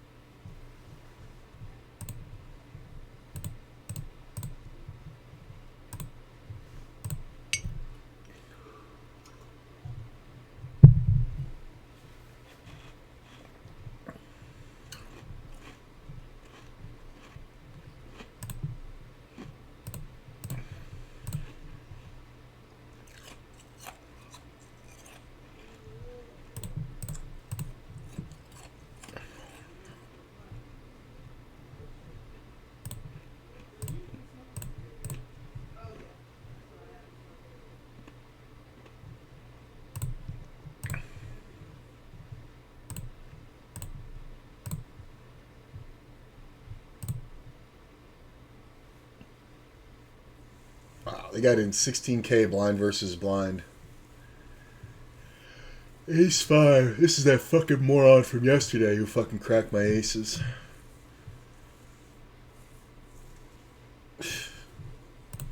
Top pair, we get it in on the turn. He fucking hits trips on the river. Top pair jack in a 3-bet pot. We had queen. He had queen jack. I mean, it's just getting 16K. I mean, that's like 28 blinds from the small blind. No, it's like 18 blinds.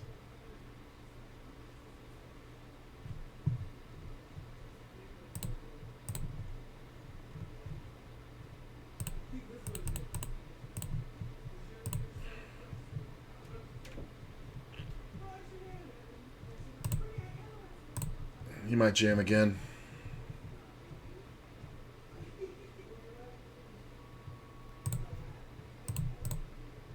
Okay. Hold. That's twice people have jammed on me with 10s when I had the big pair. Raise in first. I 3-bet. Cold call in the cutoff. Cold call in the big blind.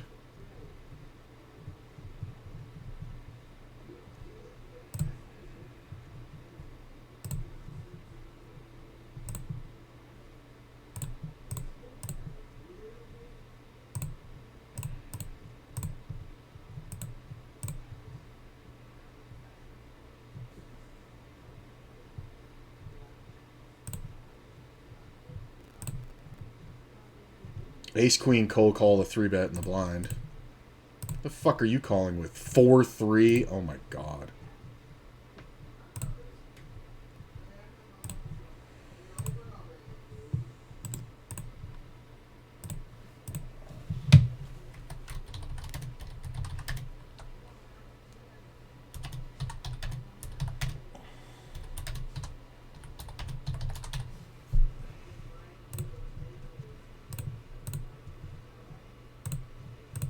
This sucks, but I have to call it. 3.7 to win 10.17. Yeah, we're going to do a stop and go here. Nice. Hold. Nice. Once I hit the undercard, there's just no other move. We just don't want him to check it and then like see a king or a queen on the turn. It's just so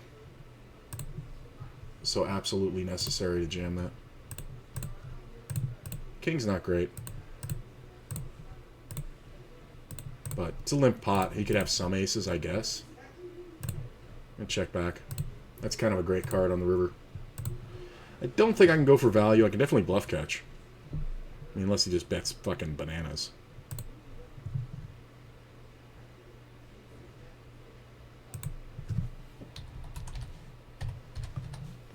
He bets 9. He overbets it. Alright, he hit a king.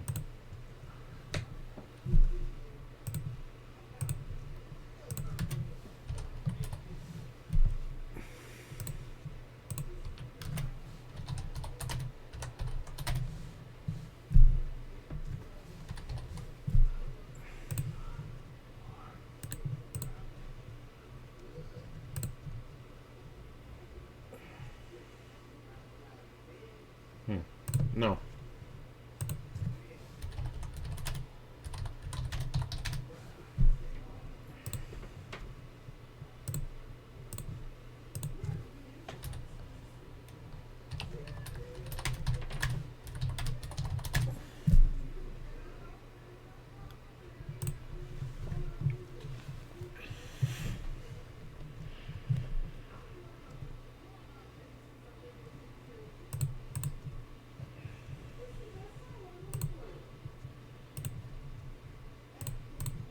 Was that too tight to fold? What do you think?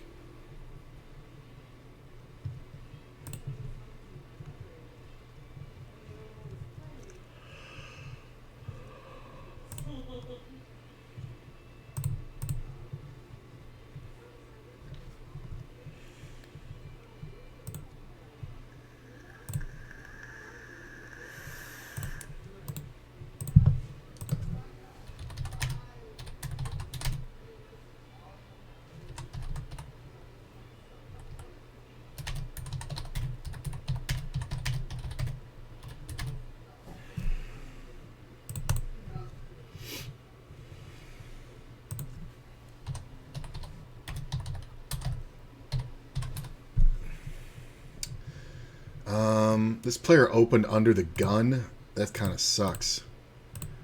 Because I want to rejam it.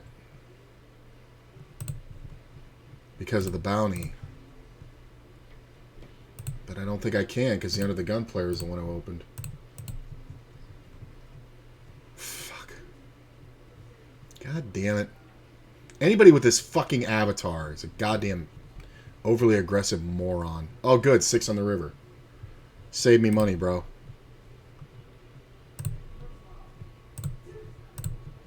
I do think we bet small here. Just in case. We also get value out of an ace.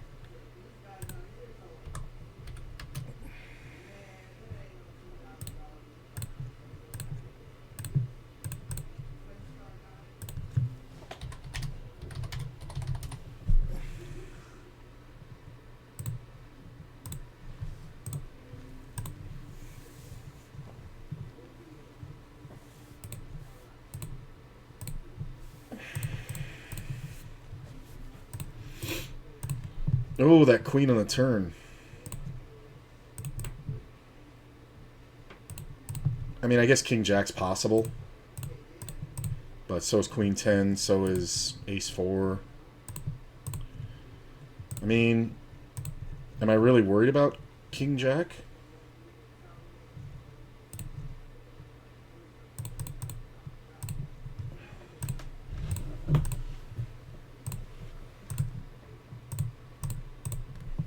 He's taking his time. Look at this.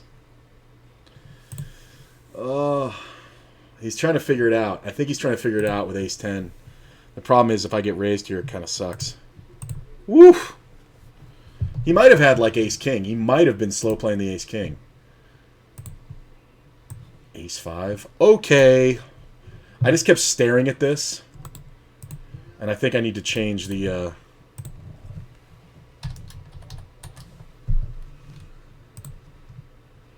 I need to change some of the notes. Well, gee, you think I'm going to bluff him?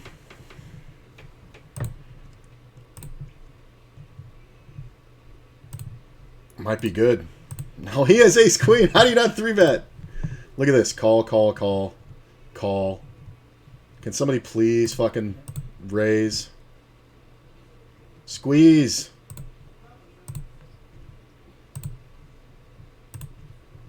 I mean, I'm just going to bet half pot. I honestly don't know. Alright, this player jams. That's actually best for me. Because if anybody calls it, they have to have aces beat, I think. I don't know if a flush draw is ever going to call here. I'm going to check this. So, if everybody folds, I'm calling. This fucking fish. If he calls, well, I'm calling here. Hold! Nice. Donkey asshole. Thanks, bro. You really helped me out on that one. I really think you helped me out on that one. I mean, it made it much simpler for me.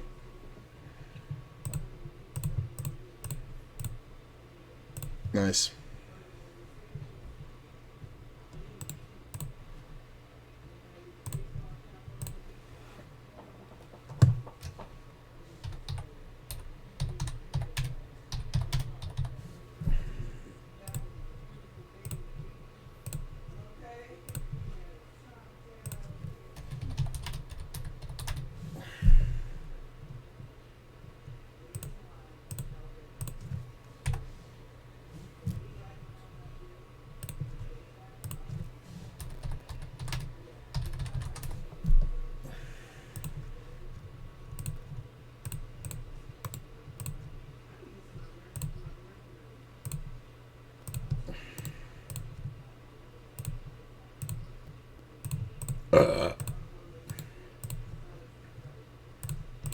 Almost called that by accident. Nope. I know the guy's sitting out of the blind, but I'd rather let it go than end up in a situation where I'm 3-bet versus a mid-stack. Where are we? 7th out of 35. Okay.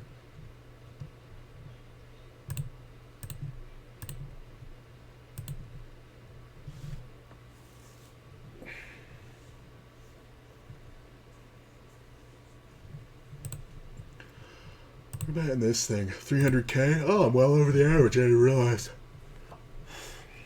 I'm just going to check this. I could bet it for sure, but I'm just going to check it. So, super short stack opens. How often is he going to get jammed on? I'm not sure. There are 16 big blinds, 26, 30, 35. I think we have to fold this one because there's too many jams.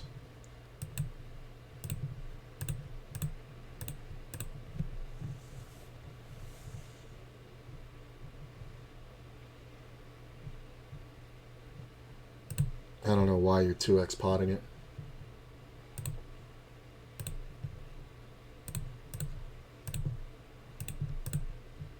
Alright. We're on breaking this one. Are we on breaking this one? We should be, right? Yeah. Okay. I'll be right back, guys.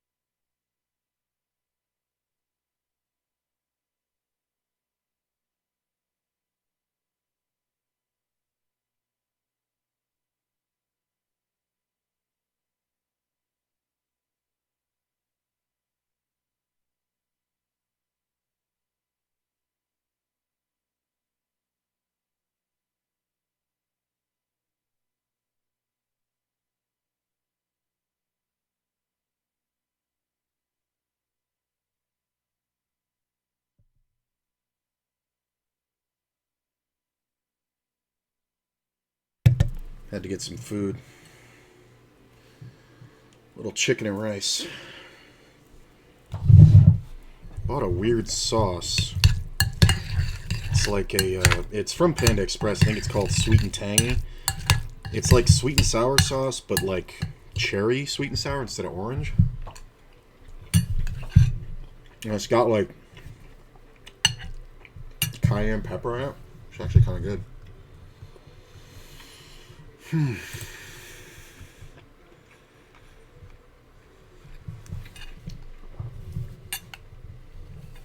Damn. Not realize how hungry or cold I was.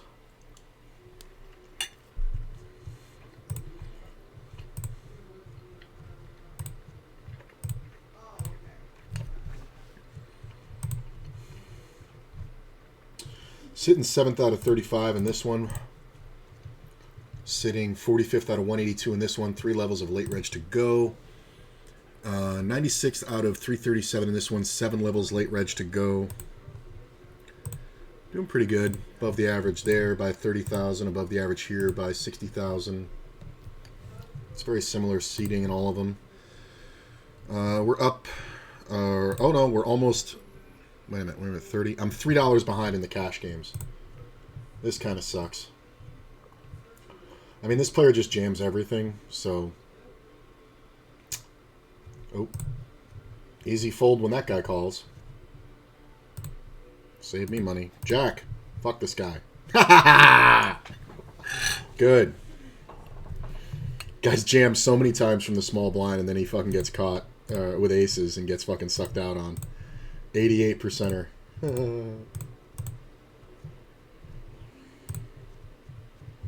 this player's in a ton of pots, man. Like, can I just flop something good with these jacks? Like, that's not it.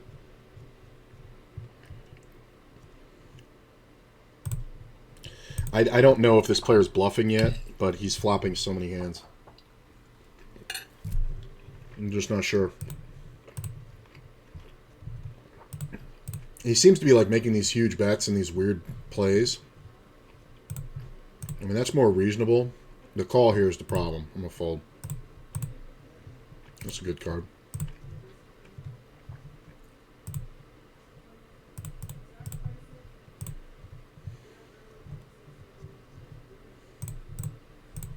Yeah, I'm starting to think this guy's just full of crap. Look at the raise. I mean, this should be 2 pair plus. It can be a lot of straights, though. A lot of straights. Ooh, open ender. Like, the min click is insane. Yeah, I don't know if that guy was pure bluffing, but he definitely ran into it. Check. Yeah, this guy's fucking fish cake.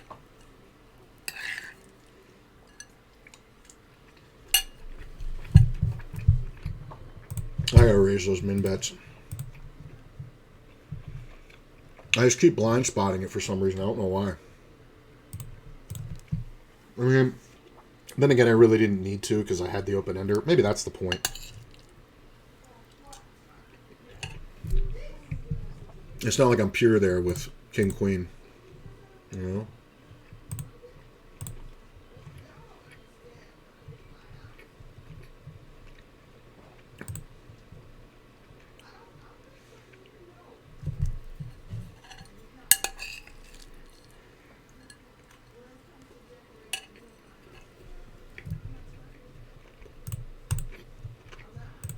Oh, there's so many bad players on these cash game tables right now. It's a good flop. Limp pot, great flop.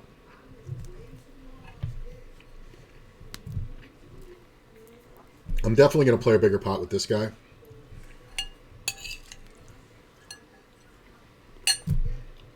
So, we're just going to raise her off the bat.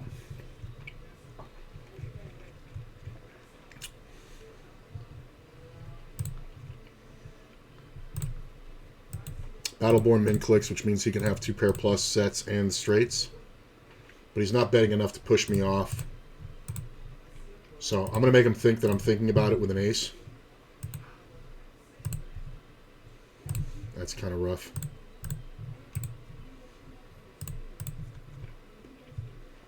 Yeah, he's going to check King Queen. That's so funny. I knew he was going to check it. If the spade had hit the river, I was going to blast it. He's just so fucking old man coffee. You have to get in the way of my fucking takedown of that fucking idiot. Limping in second position, by the way.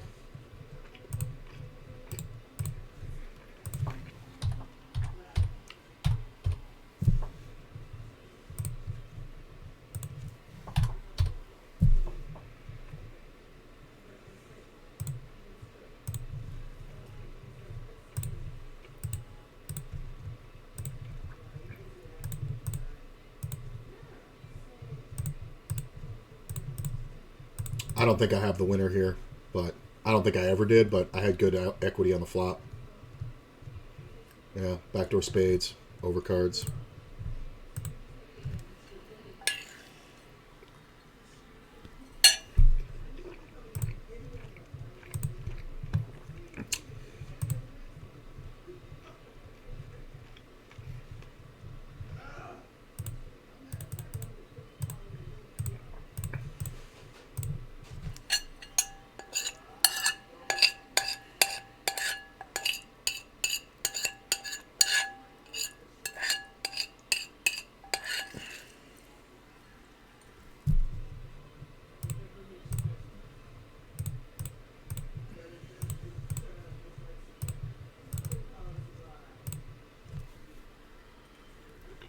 I know I can't get him off it.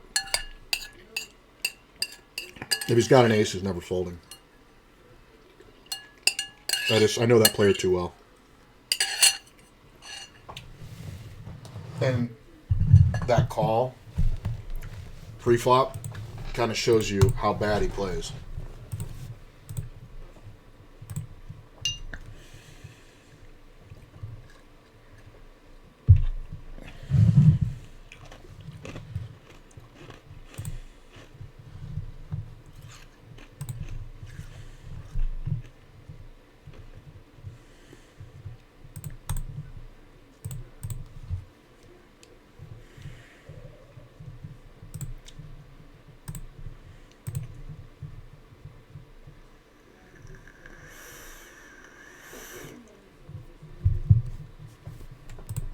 Close. He's got a lot of chips, so we can call.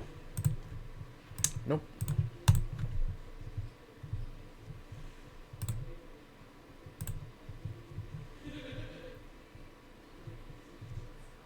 Bets 1,000.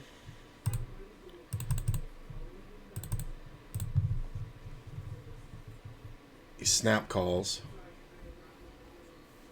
I mean, if he's... Is he trapping me here? Wow. I have to see it. Show me a king. Wow, that's what he's doing. Okay.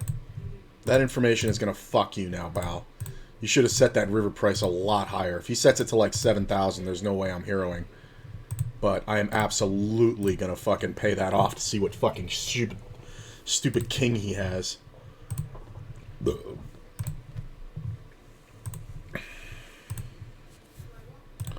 Like, that is fucking suicide, bro. And you're on my right? Oh, you're going to have a hard time, man. You're going to have a hard time.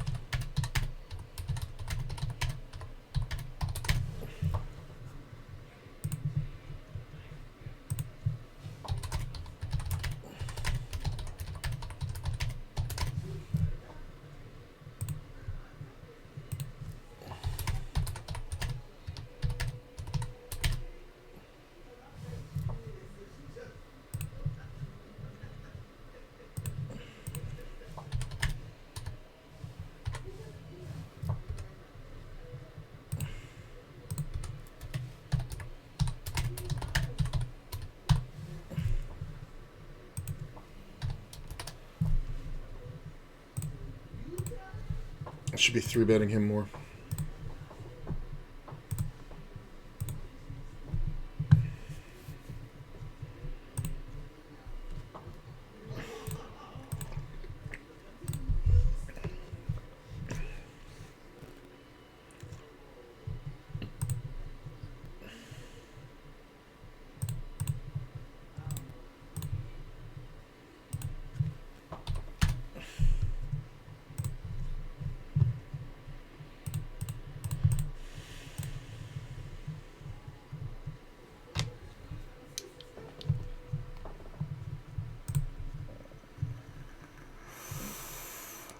This player is so... Yeah. There's good value here, but...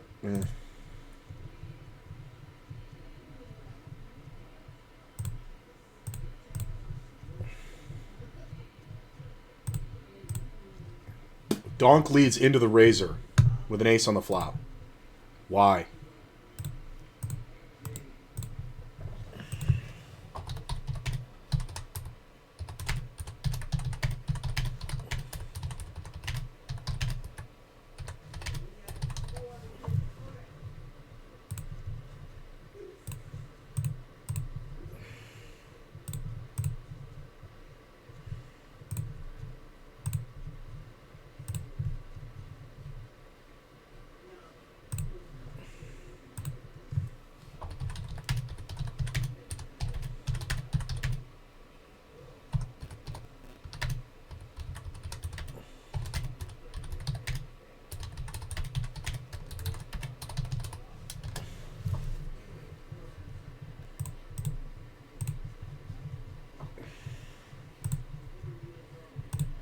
I mean, if you're going to let me.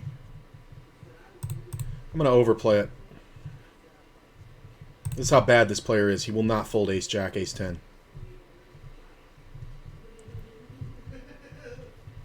That's a good opportunity to get his whole stack for nothing.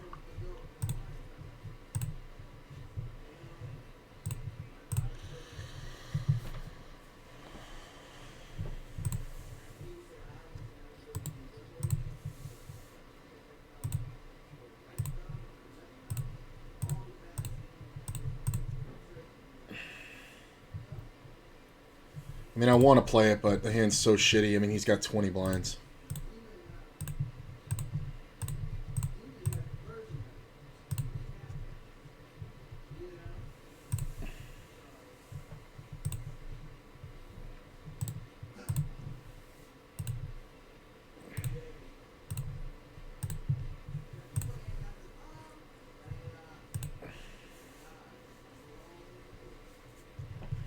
I don't think I want to play that 10K. This one. I'm just not into it.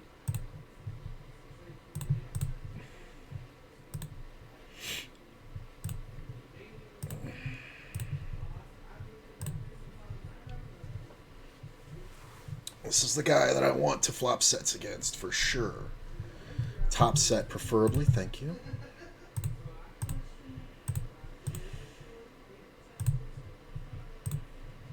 He bets the full pot.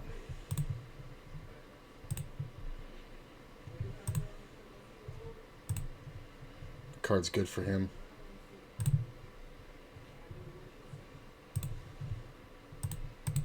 I'm going to do his thing.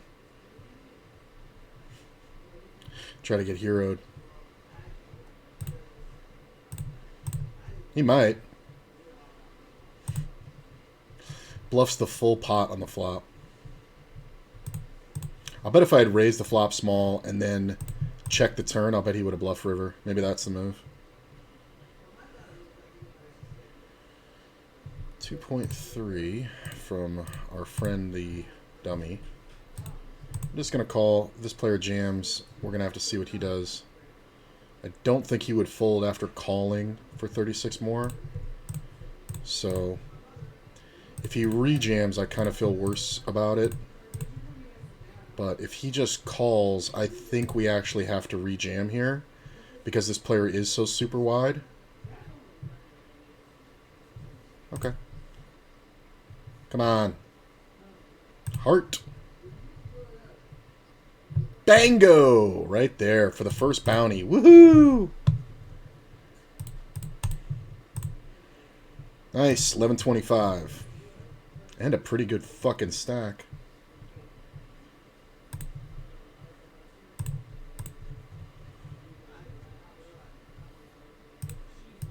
I'm just going to raise right away. Can they have 9-10? Sure, but it's the only hand that beats me. Queens is not a thing. They call the full house in the end. I'm just going to bet. And they're going to pay me off with a queen, right? Ace queen. Well played, bro.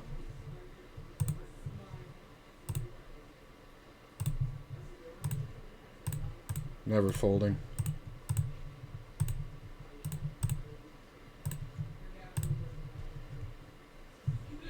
I mean, what changes? If he has jacks, what changes on this board? I have the ace of hearts in my hand. That jack kind of really sucks. I think we do go for it, though. Because if he has ace queen, he's going to pay this off. Wow. I don't know what he was doing, but... there it was. Is he just calling me with queen 10? It's kind of hilarious. King queen, maybe? King queen, maybe.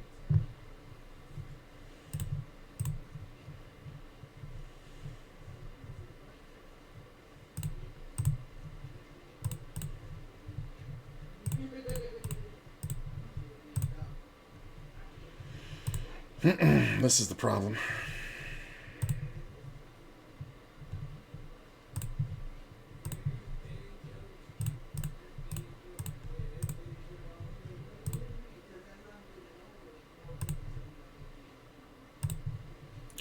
I mean, it's just whatever. I'm probably best there, but I don't know.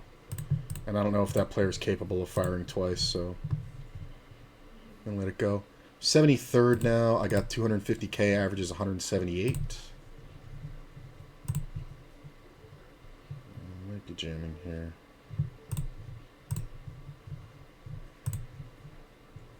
This is fucking...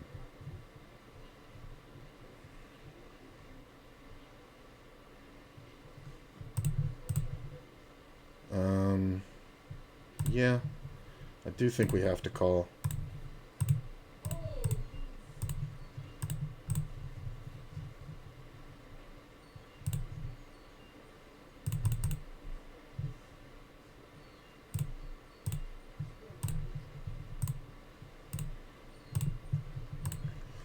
He calls. Jack of the River is kind of awesome.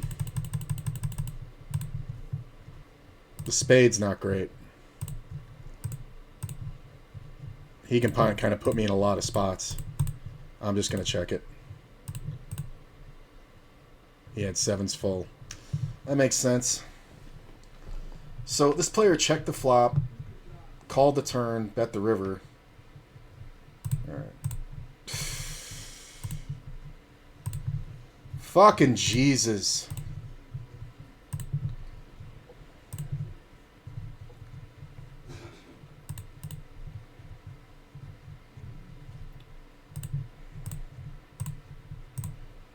Fucking idiot.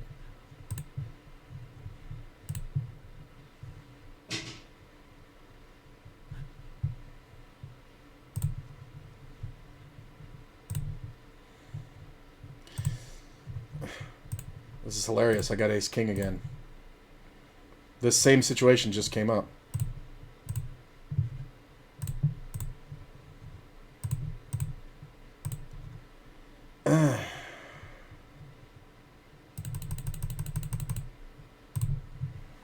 This is a proper raise. I just did this 2 hands ago, but I had ace king suited.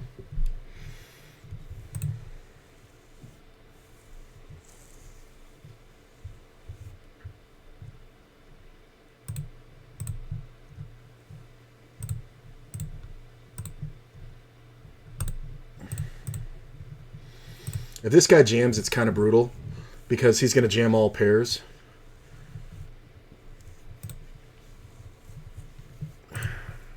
This is too strong.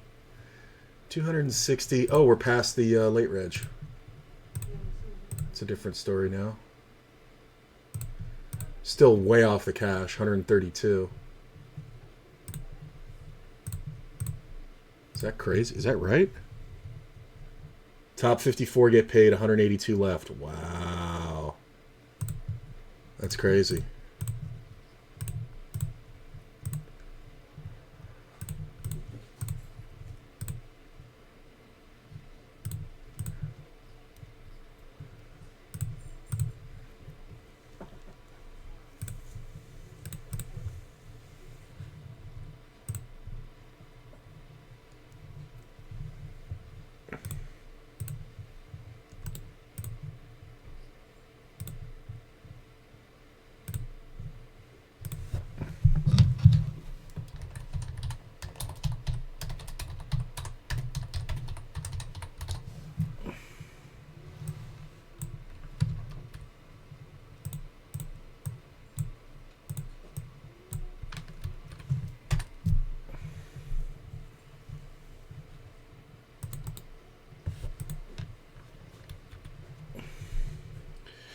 See, raise out of first. I'm just going to call. This player's kind of soft.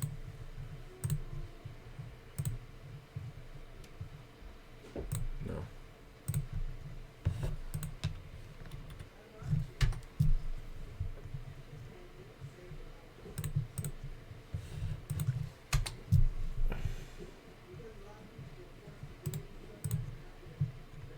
Well, that's pretty good. Plus all these players behind, man, we might just get a big one here. King on the turn. I mean, I'm going to bet because he should have more kings than me. If he has queen jack, it's just whatever, but I'm supposed to have queen jack, so maybe I shouldn't have bet. He can have aces sometimes, though. Maybe I should have just raised the flop.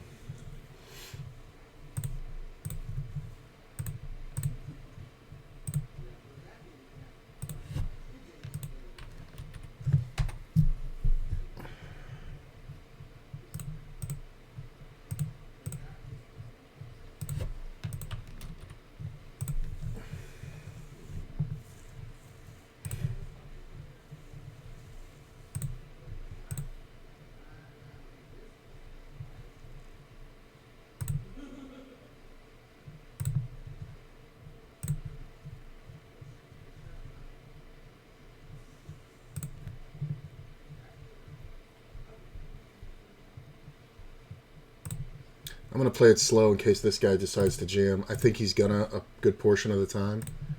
And we kind of want to be able to rejam over the top. Perfect. Even if this player rejams, I'm going. I've underplayed the hand for a reason. Hold. Hold, baby. Boom. Bounty tournament knowledge. Boom. Give me that fucking money. Like, it's just, you just have to know by the player, like the type of player, what they're going to do. 33 blinds, you're jamming. The guy made a standard open. But he did that because of this player's tendency, which is the same as his. And that player just fucking entered. Just like this guy. It's a starting stack. So, over gamble.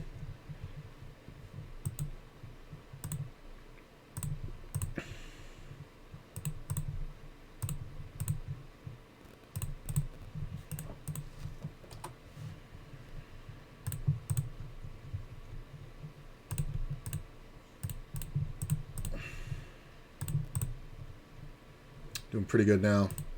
Got 325,000, averages 183.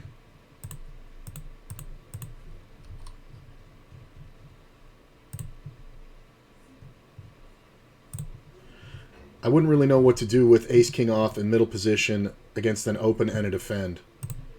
I mean, it depends on how the board goes. It kind of depends, you know, what's the board.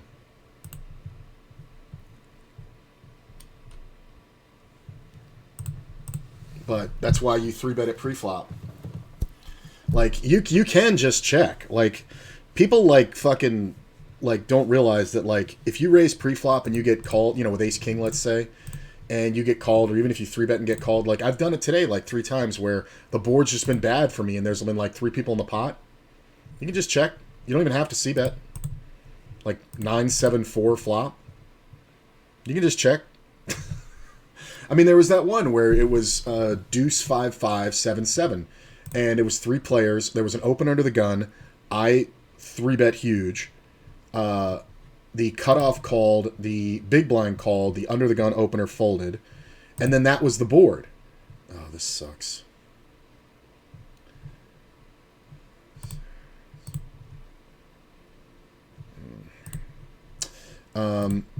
And it was deuce 5-5 7-7, and I just checked, and we all checked it down, checked 3 times. The big blind player had ace queen off, which is a horrible overcall of a 4-bet from an early position opener, or 3-bet from an early position opener, and then the other guy had fucking he had 3-4, so he had flopped the open ender. He had 3-4 suited, so he just was just unbelievably shit. But nobody was smart enough to take the spot and bluff. And, you know, bluff at me because I'm supposed to have it. I'm just going to check here. I mean, there's fucking 5 players in this pot. Somebody should bet. I mean, we're kind of worried about flushes, but somebody should bet. Nobody's got 4-5 here. That's just impossible. Somebody can have a set of 10s or 3s. This player bet's pretty big. I think we just call. I don't think this is ever a flush draw betting. Queen on the river is kind of garbage. I don't think I'm folding, though. I'm going to bet small. Try to get paid by a 10 or queen 10. If he check jams, I'm not folding. Actually thinking more about the defend rules with ace, ace, king, king, and king 6. Probably also ace, king off. Yeah, that's true. So it's not that strong. Right. But you do have to remember those are GTO ranges. So your opponents might not, probably aren't playing GTO. So you have to take that into account too. If the players are competent, that's one thing.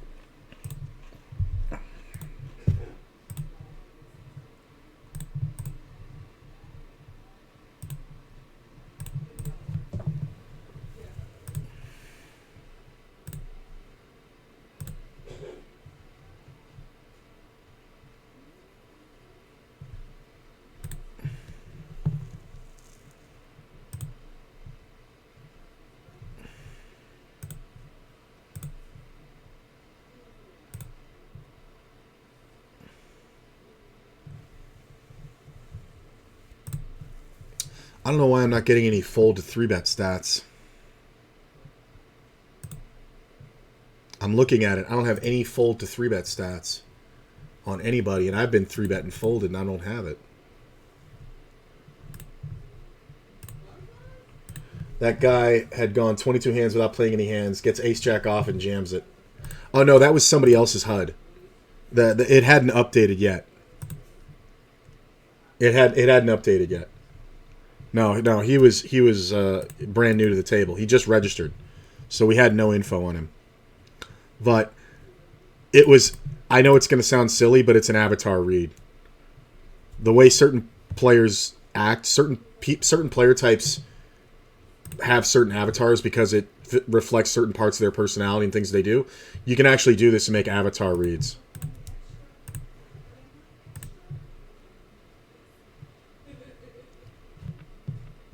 Playing pre-flop, though? Yeah, you 3-bet.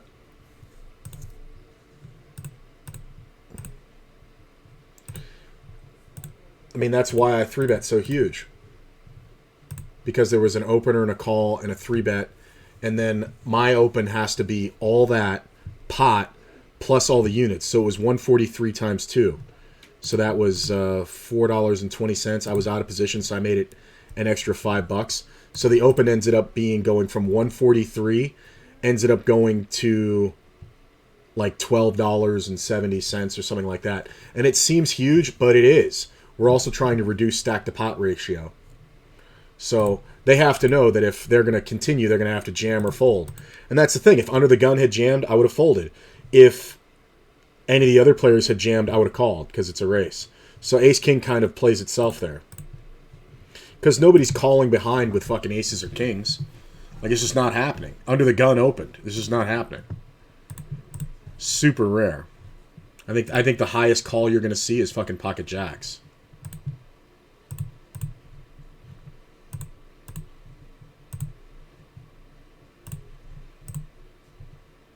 Well, I waited long enough.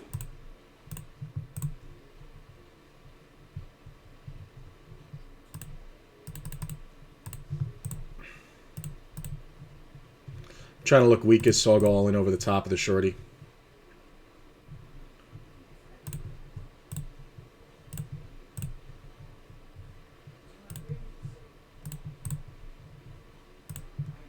Hold.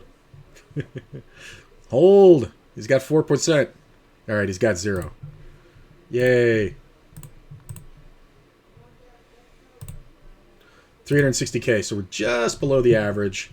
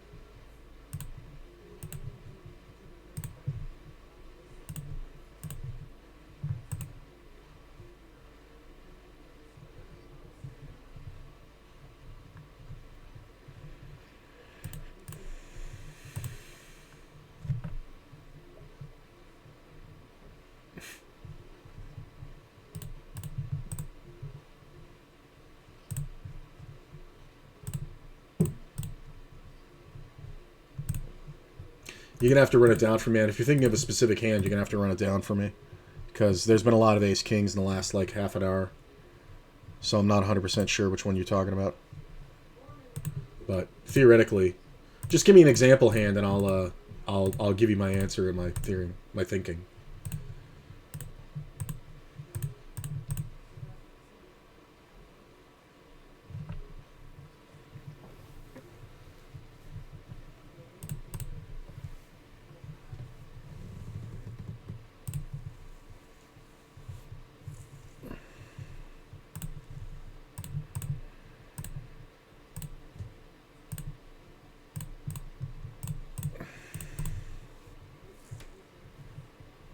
Am I seriously getting called here?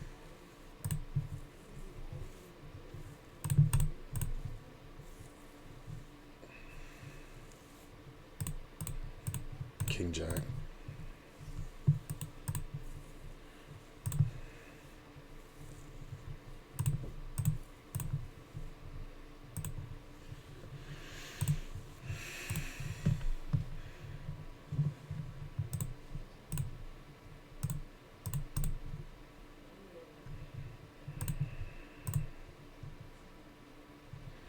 So we see a limp in first and a small open and a call.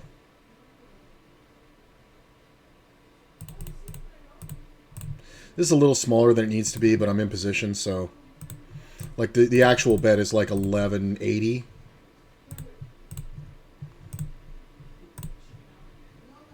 Yeah. But it works because we're in position.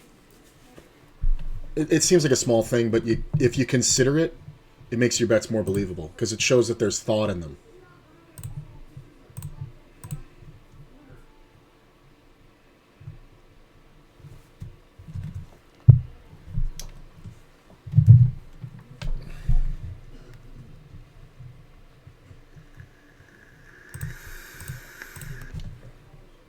Where the fuck did everybody go?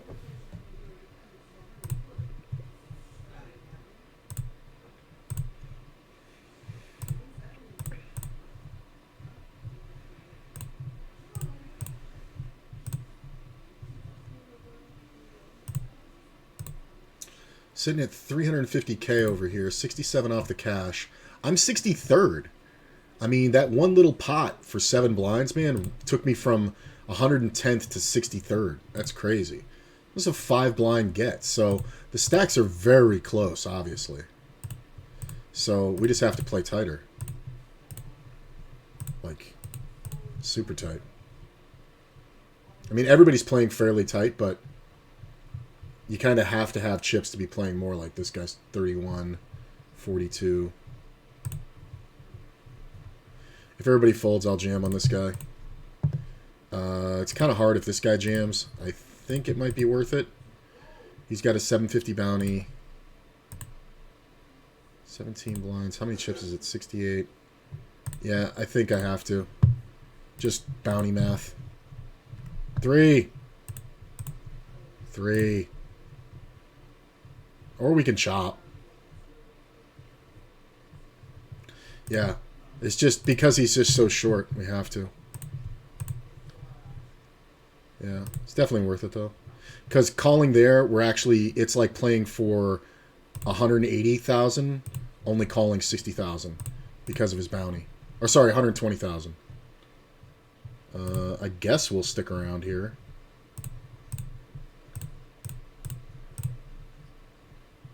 The 3-bet's hilarious. I think this 3-bet's out of line, honestly. Just, I mean, I know it's a guess, but player tendency is kind of a thing. Okay.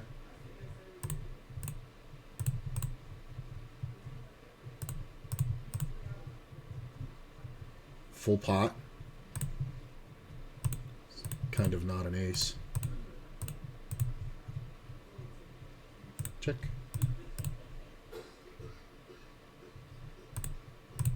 Yeah.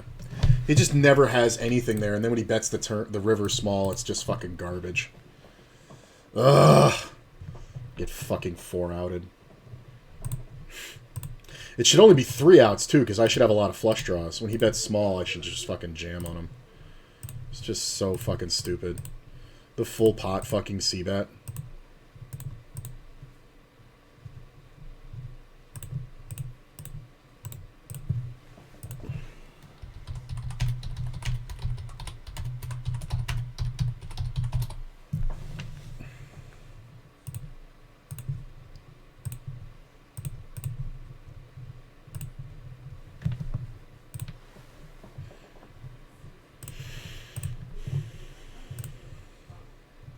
It's annoying.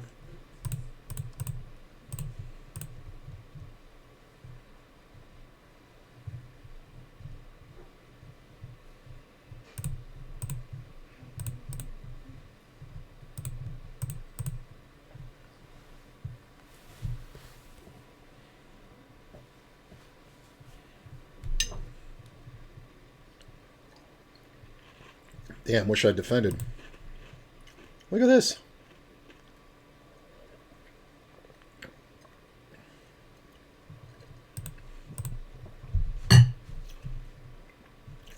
Jack, Jack, King, King. Wow, you both played it horrible. Oh, that was some donkey-ass shit from the Kings. I mean, the guy sat down and raised, and it's like, okay, sometimes he's posting. You know, I just defending his post, but sometimes they actually have hands. I mean, that's why I folded. This player might just chuck it with anything. He just calls. That's hilarious. I mean, we just put him in, right? I love it. He has ace, jack, and jam it. Hit it! Fucking idiot. What the fuck? For the stupid little $3.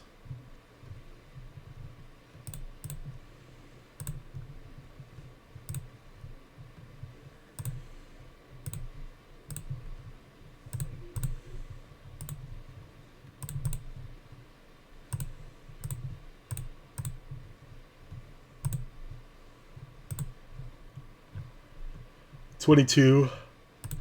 12th out of 22 over here. Top 15 get paid.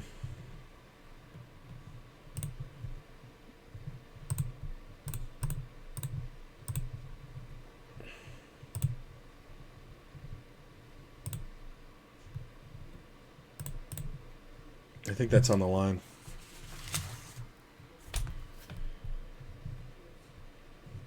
No, it's in the range.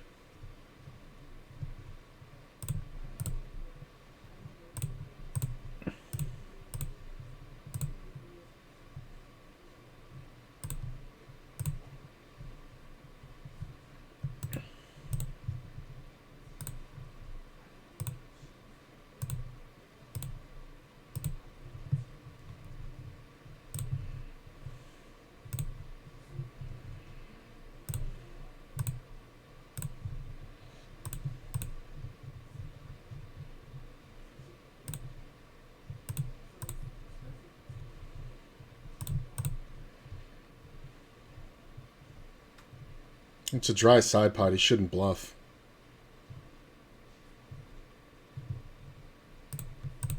Really? He could have nines. I think I have to call this because of that. Yeah! He could have nines. He could have nines. Look at that.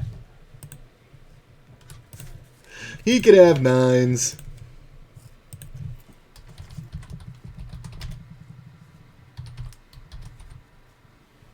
Like, why even bet? I look like I have ace-king suited. I've checked to you. Why bet? You turn your hand into a bluff.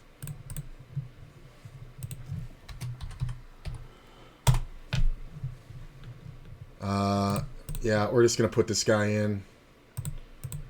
60-40 for so few chips.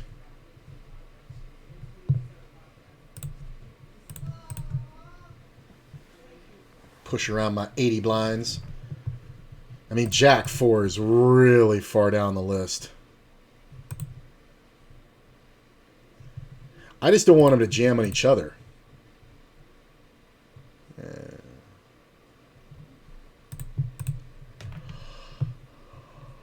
That's stupid.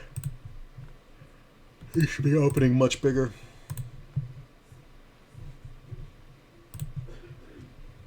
I think I'm done with this table.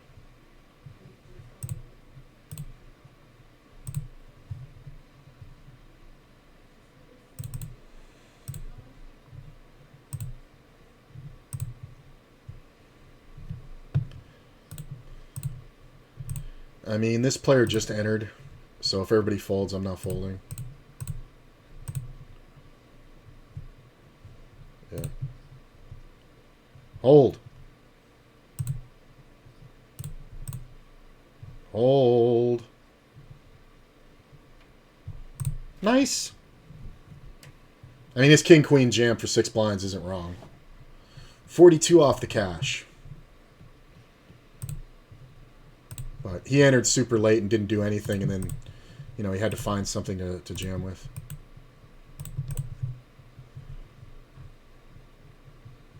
I'm currently 16 out of 22 over there. Guess the stack's kind of changed. I'm just gonna rip this. I think this is the best way to look weak.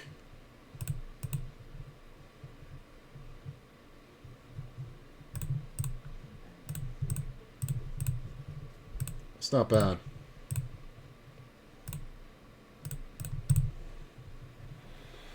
I have a ton of equity. Yeah, I don't think the small bets are gonna work anymore on this one. We're just gonna have to threaten people. Yeah, I'm gonna get off this table. I've taken enough off of it. I'm not getting action because I have too many chips on the table, which is common during the day. Like anytime before 6 p.m. Like if you get near a double, you really have to get off because you're just basically risking because people tighten up so much because it's day crowd. Once they see you win one fucking hand, it's just like, eh. Plus, I was on that table a long time. 519K averages 597K. I mean, we're only 36 off the money. 33. Wow, it's going quick. It's going quick.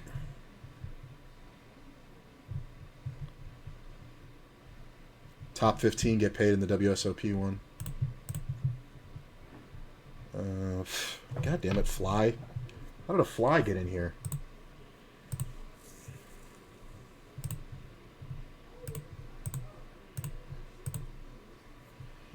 I mean, the stacks have got to be so close in this. Let's take a look. Top 54 get paid. Oh, there's a ton of guys with so few chips. The guy in 54th has 400K, but if you go down just 5 spots, it's 300K or less.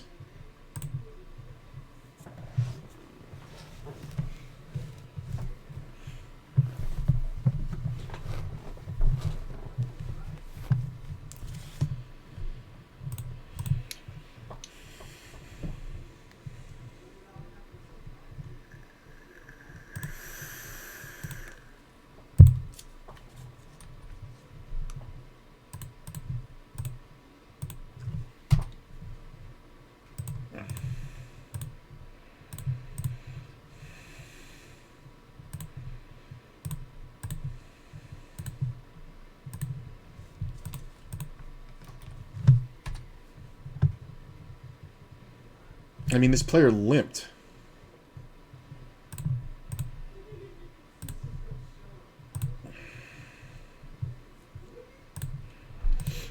The check raise is fucking hilarious.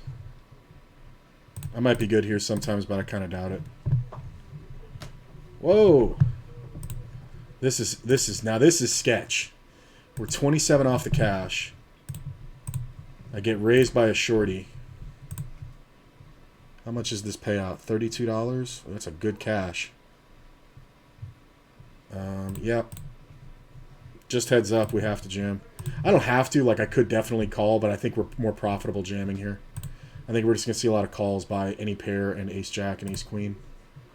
A lot of people don't have the discipline to fold ace-queen here. Even this close to the cash. Nice.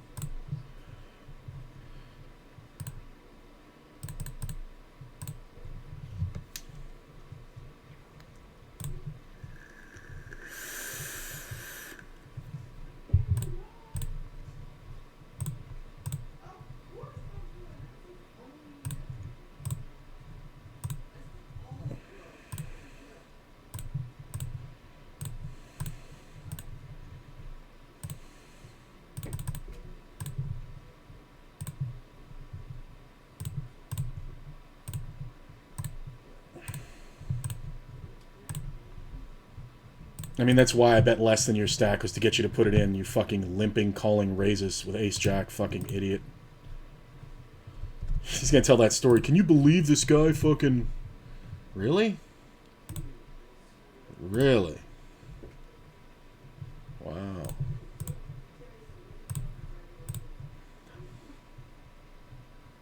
I'm under the gun, too. Like, this guy's an idiot donkey, but... Eh.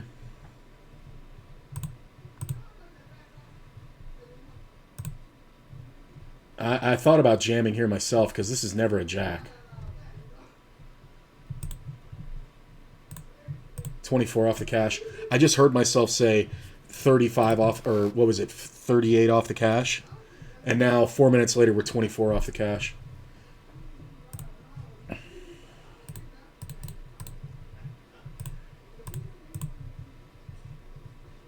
Look at this. That would have been good. I'm just going to check versus my buddy here. I don't know. He does some kind of wacky shit.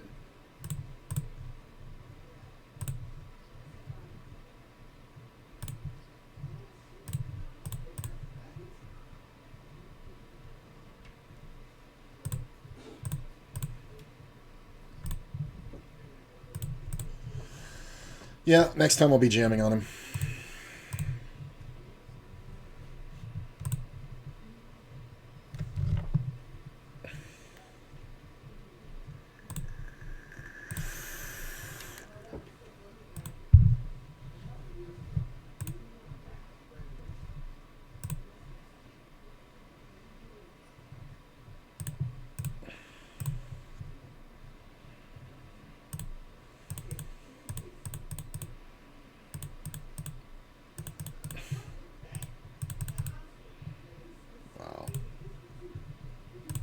Yeah, this guy's way too involved.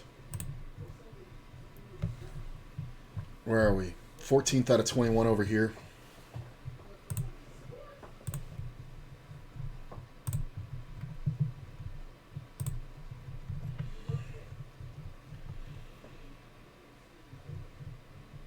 All right, we'll check a jack. Ace jack.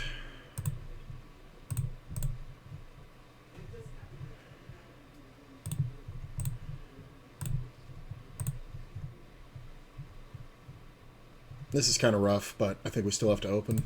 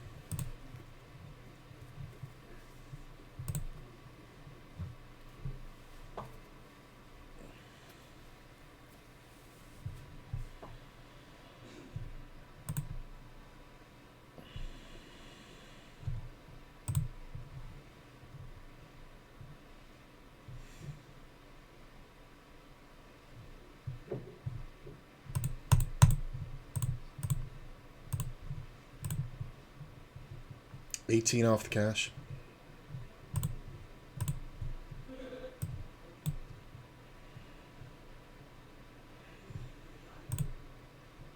Guy in 54th has half of what I have. So we're doing pretty good here. It's a big cash, too. It's 2x. I mean, I can't believe this thing smashed the guarantee.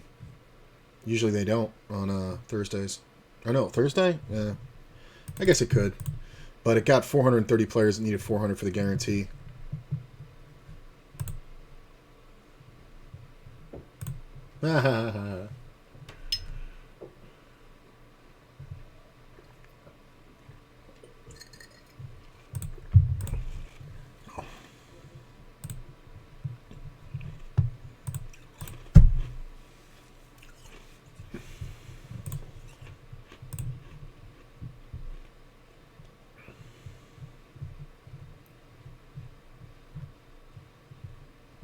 On the bubble. Ooh.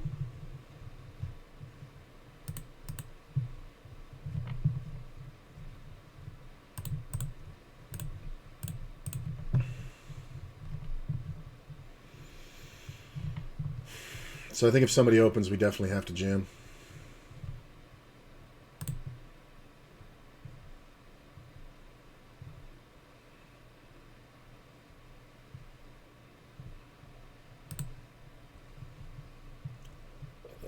The open rips. Well, it's probably a race. Ooh, never mind. Bye.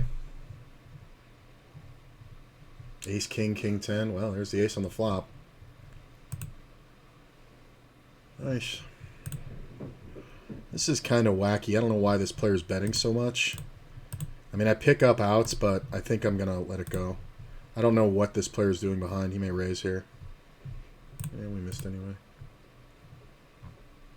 Down to 18. Top 15 get paid. We'll call it bubble time. Oh. No.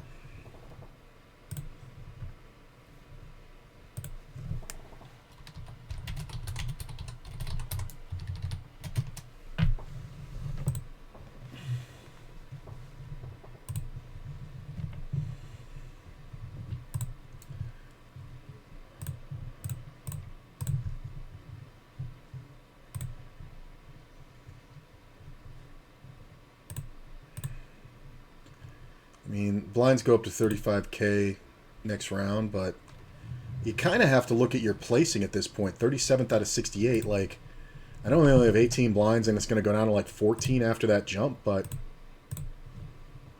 I'm kind of okay. Like, the average is 790, but who gives a shit?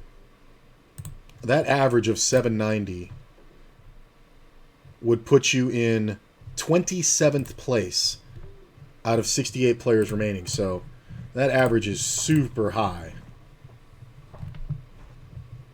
So I'm just chilling. About this one, I got 290. I'm still ahead of the average. This player leads. It's kind of funny. I don't know how often they ever lead a fucking 6. Might be chopping here. No, he's got the ace. It's a good bet. I can't really fold. I like his donk lead. It's kind of a... That's a good reason to donk lead. Like, you have the best kicker with the top pair. Like, you always see people like donk leading just garbage.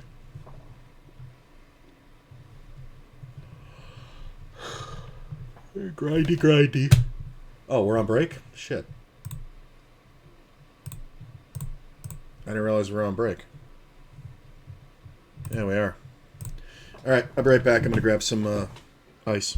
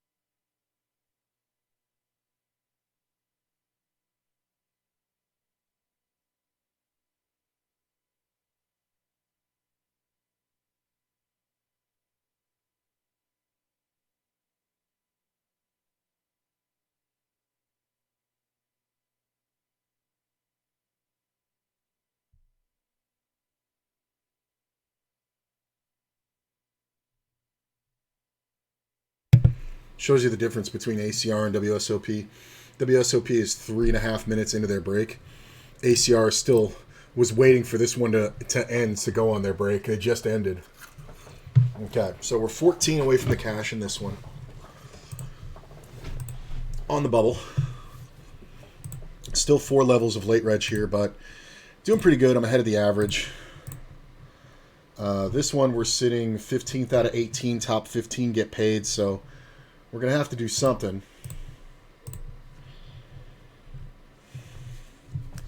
I mean, we're all kind of short. Here's the other table. I'm going to keep an eye on it.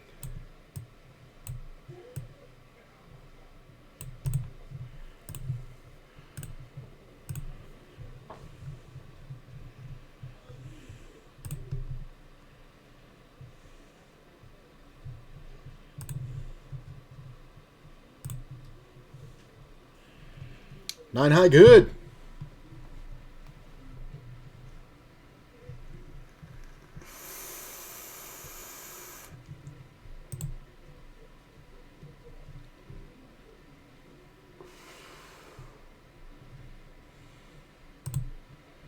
So players sitting out here with 141K. Love that.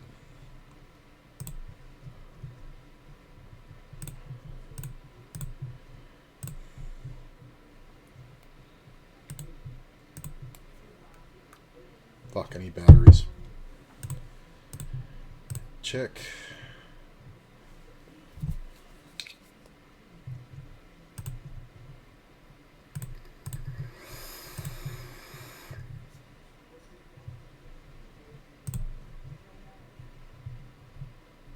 Oh, the free roll went off. I forgot about this. This is a free roll to the 10K main event. I totally forgot about this. One winner. 10K seat to the WSOP main event. If I win it, I will absolutely sell it. Okay, this player's only got 30 bucks. I'm just putting him in. He opened pretty big, so if I re-raise, I've got more than a third of his stack in the pot, so we're just going to jam on him. So we got a free roll here. You're watching me play a free roll. Kings versus aces. Wow. Well, we're still the same number of players. There's a lot of players sitting out here. I believe the sitting out stacks get removed at a certain point.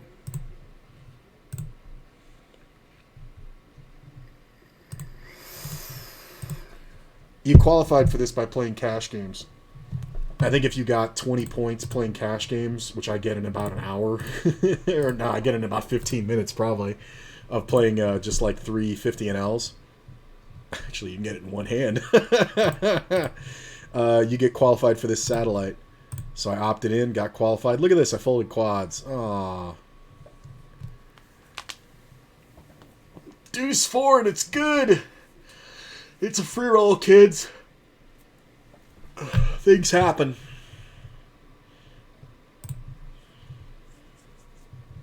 I mean, people don't take it seriously, but they are actually giving away a 10K seat.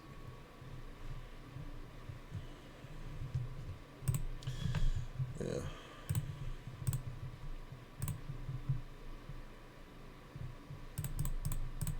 You're just going to bet it all.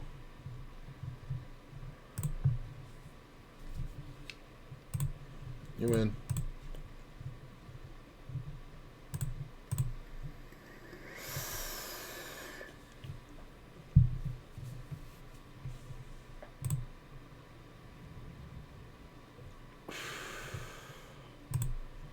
Yeah, this guy's just raising every hand. Just really doesn't get the idea.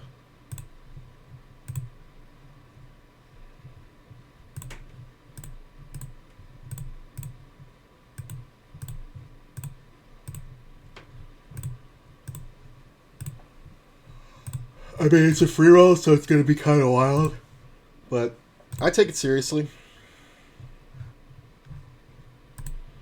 Yeah, he's just trying to get rid of it.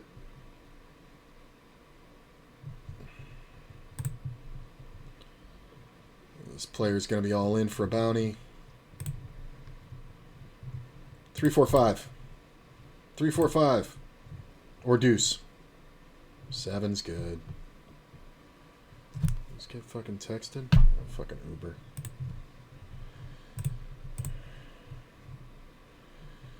And this is kind of rough. I think we can actually let it go.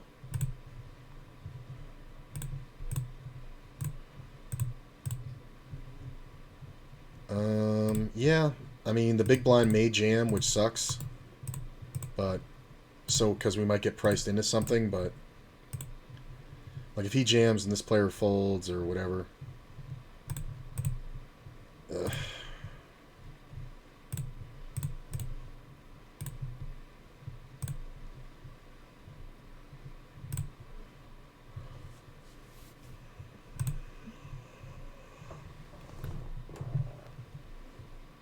Huh.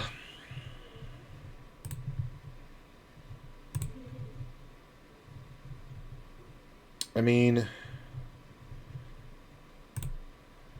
yeah. He's not going to fold any over pairs, but he may fold some over cards.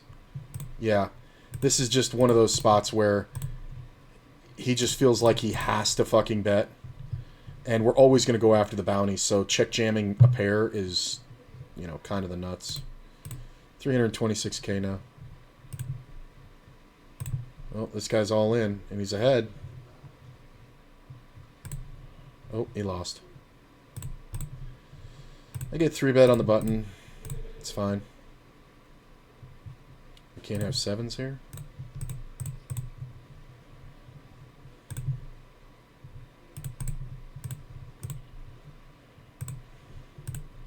It's too big to be anything but an overpair. Too big to be anything but an overpair, too small to be a bluff.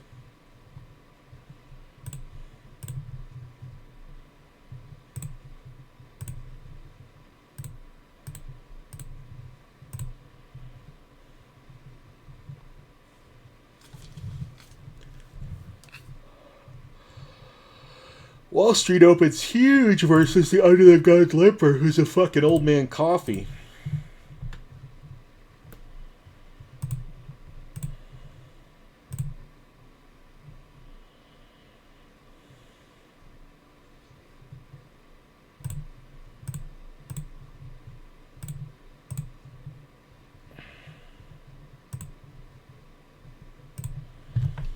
I mean, he can definitely have ace-king, but he's going to have a lot of, you know, shitty big cards. Wow.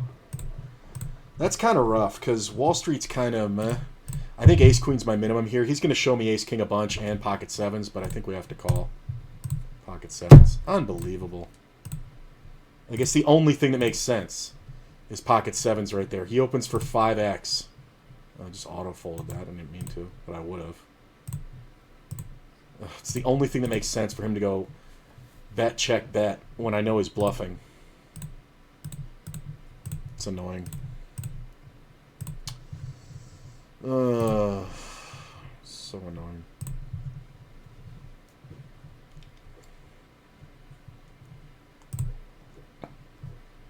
$16th out of 17. Should see a call here.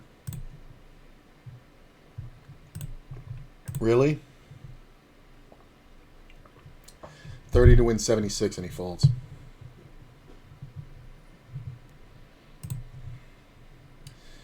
Jacks versus an under-the-gun open kind of sucks. Do we go for the safe flop or do we jam? Well, I like the jam better. It's kind of close. Like, we could just see a safe flop and then get it in, but... Wow. Glad I jammed. Hold. Pair the board. Boom! Wow. That's why I jammed. Like, because people do fucking crazy shit. And if I see this flop, I'm probably not going to be able to continue. This is fucking weird. Why are you betting the full pot? In a limped pot. You have aces? You could have aces. I don't think I can fold, though.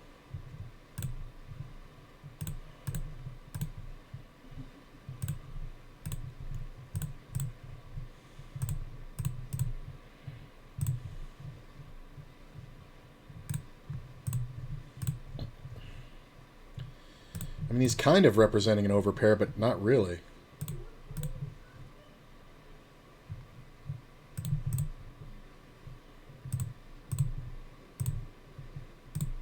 Right?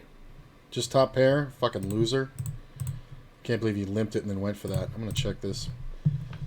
Like, I know it's not an overpair, but it's just so fucking stupid when he fucking gets that much value. Really? Alright. Ace 10. Wow. These players would never have the courage to bet that in a regular fucking tournament. It's because it's a fucking free roll. Like, that's the way you should play Ace 10. I guarantee you this player's never played it that way in his life.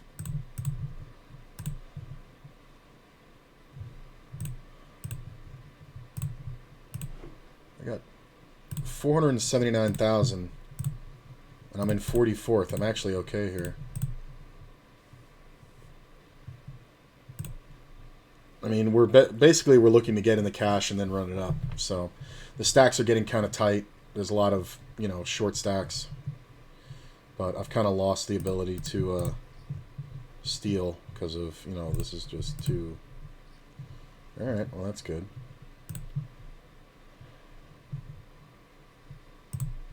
Oh, we might lose a couple.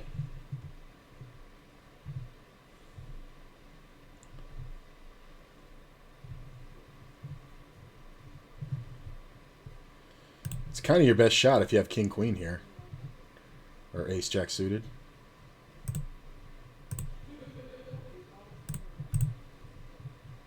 Ace 3. Deuce. Or chop it. Deuce. 9.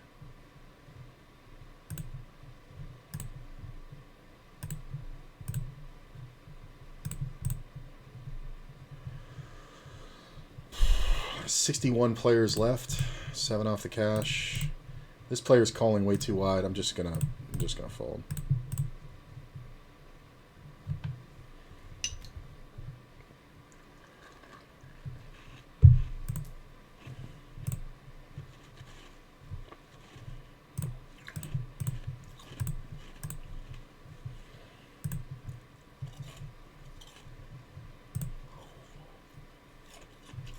Hand for hand. I'm 8 out of 16.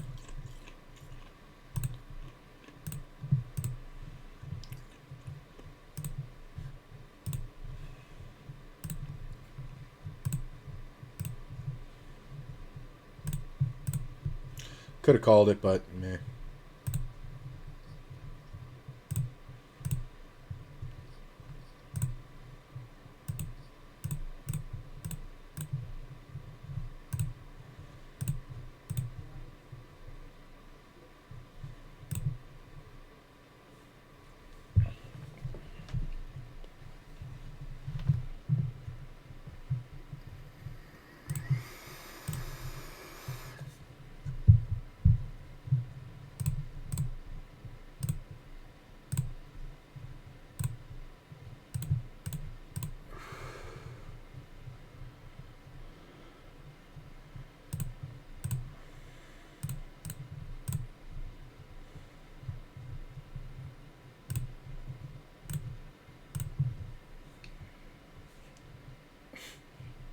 This guy has got so many raised folds in him, it's ridiculous.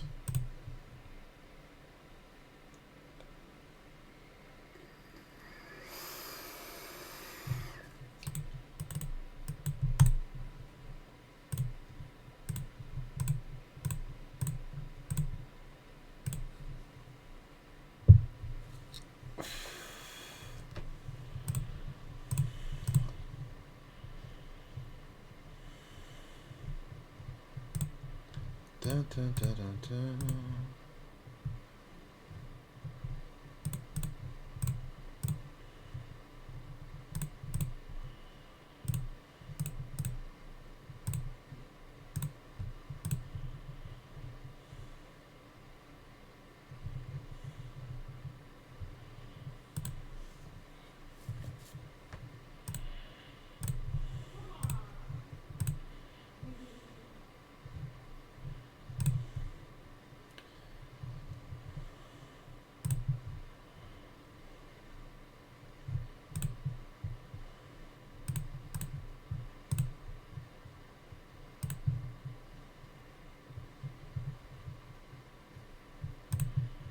I mean, this is hilarious. That bet should have been like $3. Oh, you deserve every bit of this.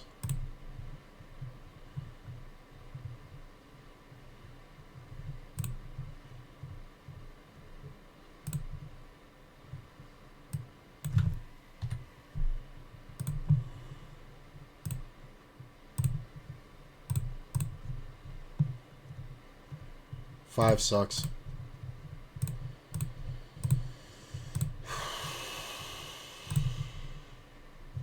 Eight's awesome.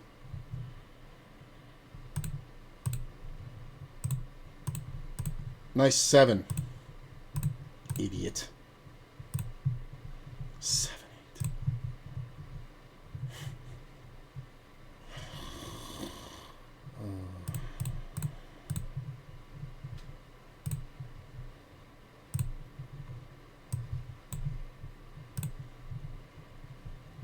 Hey, we made the tournament. Or we made the money. And we're still on the bubble. And the other one, 6 away.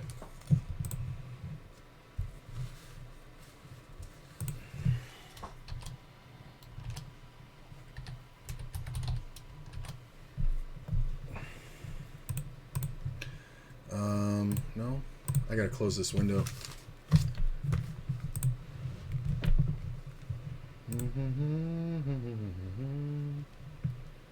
I mean, players will kind of go apeshit, but I don't think we can Fold the ace-5.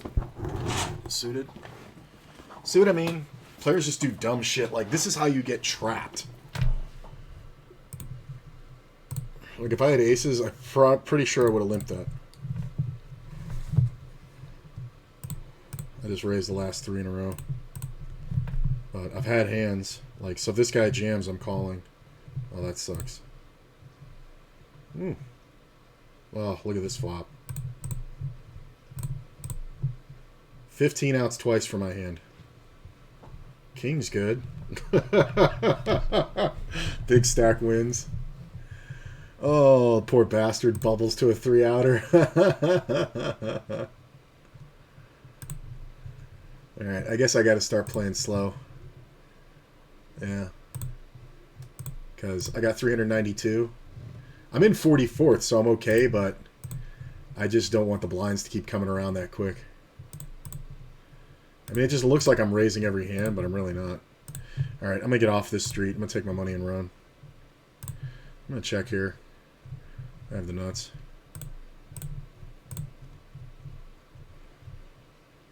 Do I call this? It's a free roll. Ah, jack. I mean, I know they're jamming on me tighter, but it's a free roll, man. I mean, I take it seriously, but not that seriously.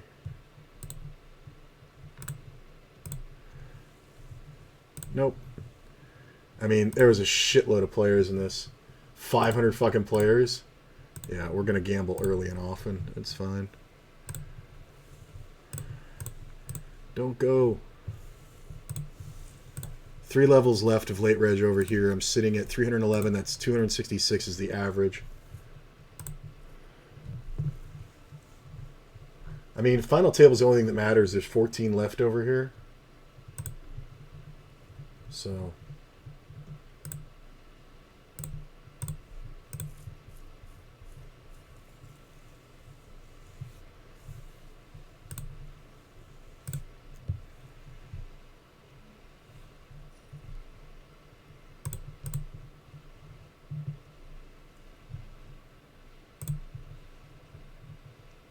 $5 off the cash. Like, I should definitely make it, but I also have to play slow. I mean, this is kind of a good open, just because if this player goes, I can call it. But if anybody does anything, I can't do shit.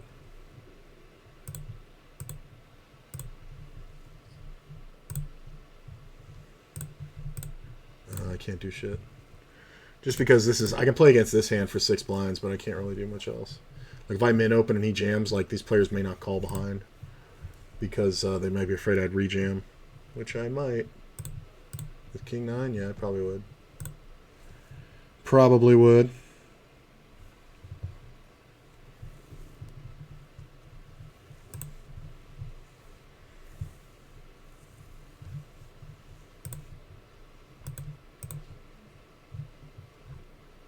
Seventh out of 14 right now. Ooh. Aces, just aces. Oh, look at the outs. My man's got 8 outs. Because I had a club, or a club, yeah.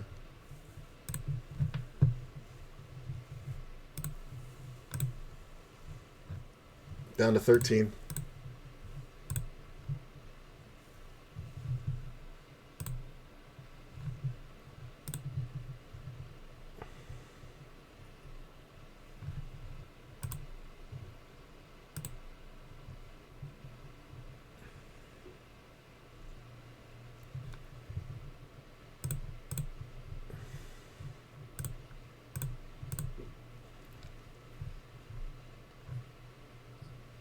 Tenth out of 13.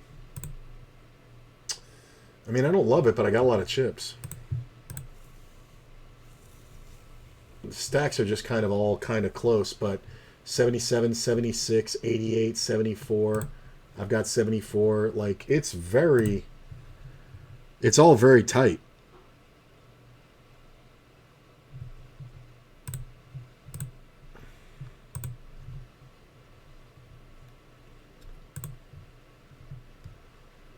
Ugh, it sucks. I have to fold. I mean, we're 5 off the cash, and I'm not getting anybody to fold here. That sucks. Oh, well, that made it easy. 15 gets a lot of folds. So 10, I don't think gets many folds from here. We're 4 off the cash. Blinds go up in 3 minutes by 10K.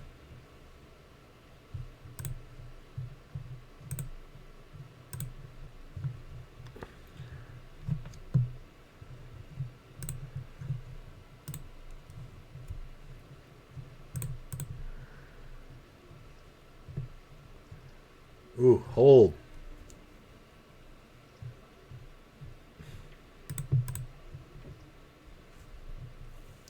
Would have tripled.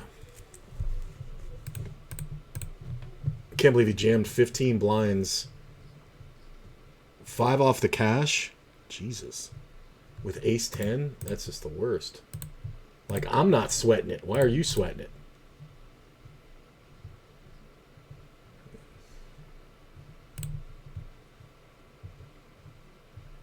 Ooh, 3 off the cash.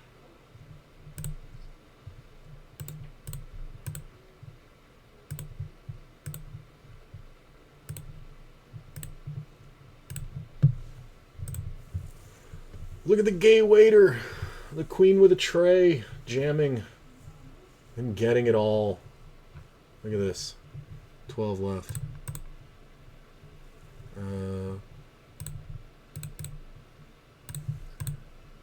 Got to balance tables. This player calls.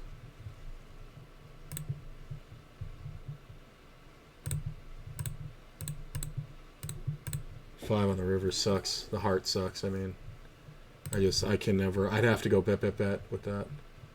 Yeah, he's just always got a king. Sucks.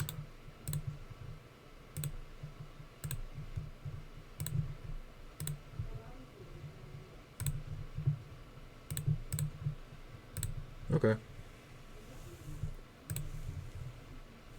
Hand for hand. I mean, this has got to hit quick. We're 1 off the cash. This guy with 143. Ooh, jack's nice.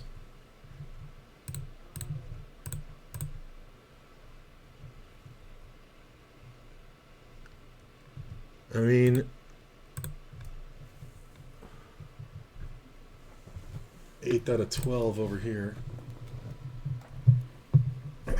Might have to rejam. I got 17 blinds. I think we have to go here. If this guy limps, we're jamming. If he raises, we're jamming. If he jams, we're calling. Yeah.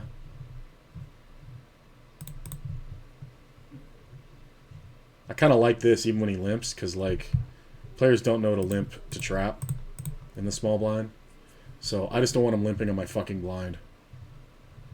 He may still call with, like, King Jack or something. Ace 10. Ace 8. That's fine. I will take it.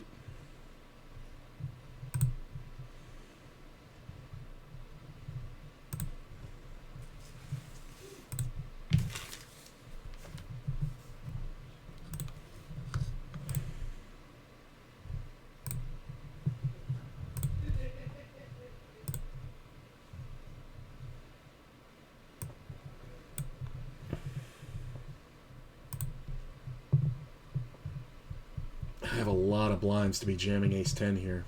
Well, not when he raises.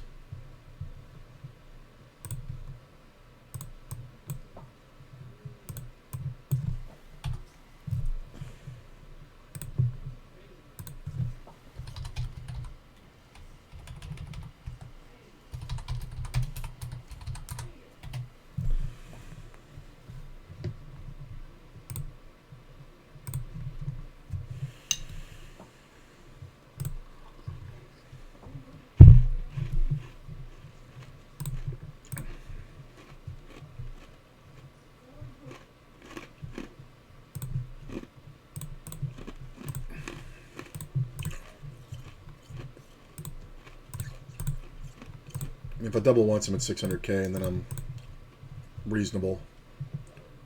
But we're really just trying to get in the cash. It's just one of those ones where the stack kind of leveled to that point.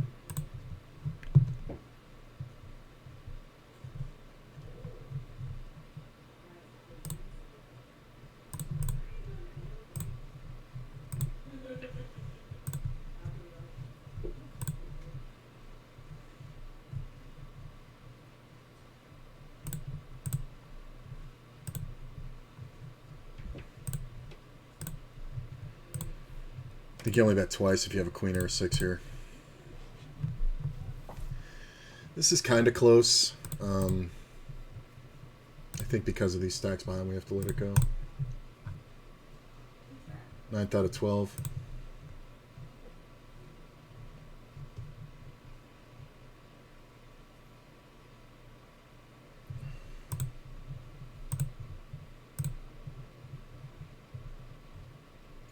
So we're 9th out of 12. Yeah, I think this is mandatory. That's kind of mandatory.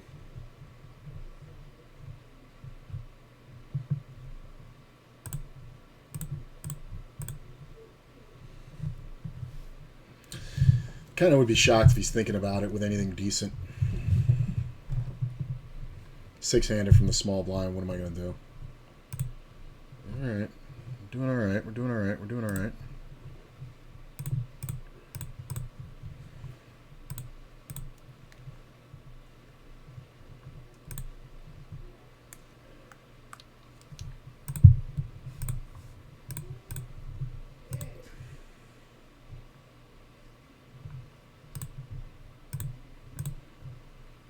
I can't believe it's been 4 minutes since we've been hand for hand over here. I just heard myself say hand for hand.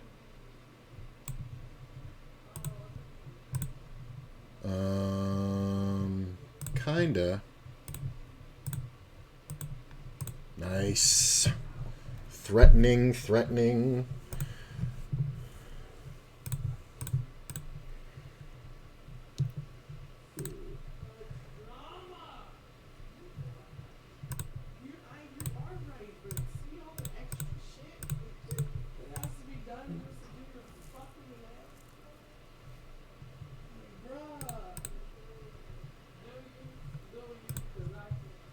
King Queen's kind of tough in both these spots.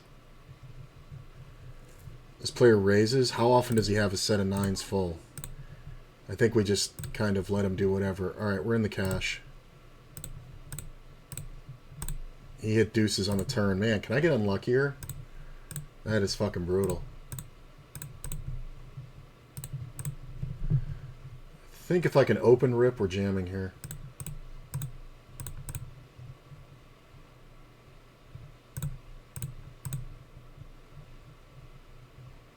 Sucks.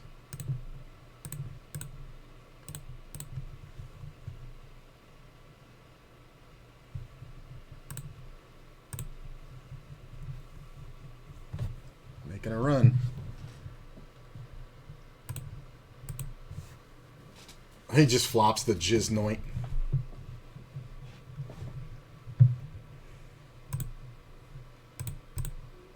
Currently 6th out of 12.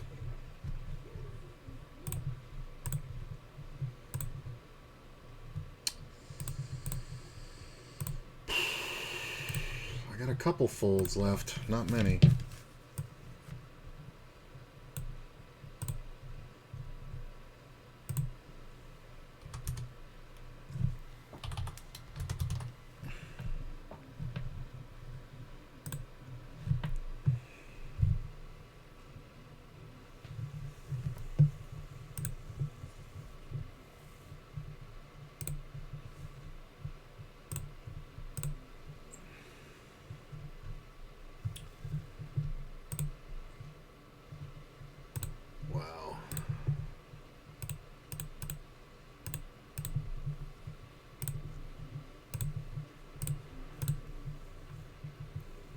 Two levels of late reg over here. Next pay jump 45.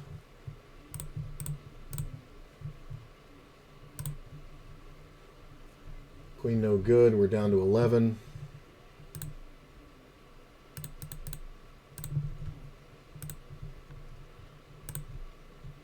Sitting in 6th out of 11.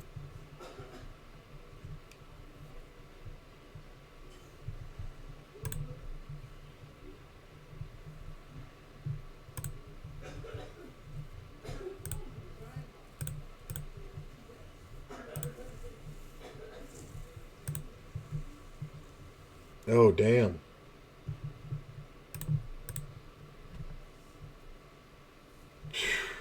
That was a big suck out. The fuck is this? Well, King 10's good enough. We're not going to make the next pay jump. I mean, it's 5 away.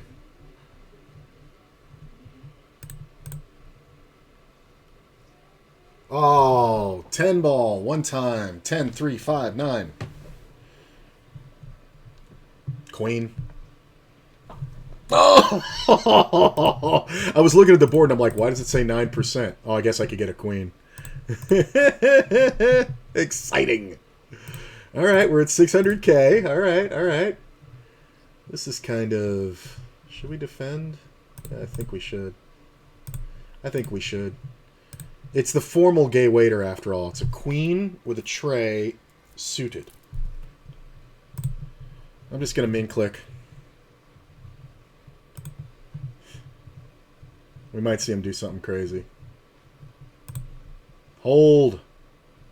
Hold me, baby. Fuck you.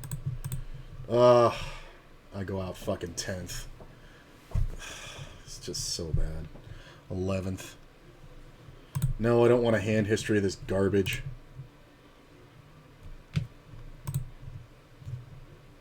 Ugh. 7 outs. 28%. Otherwise, I'm on the final table with 300K. I'm the chip leader if I win that one.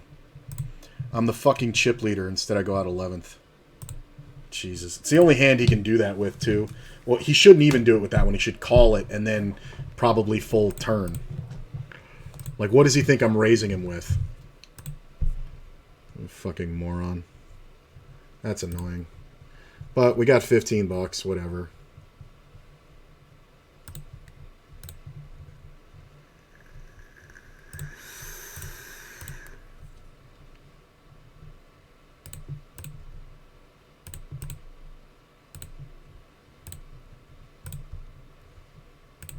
Hey, we got a pay jump.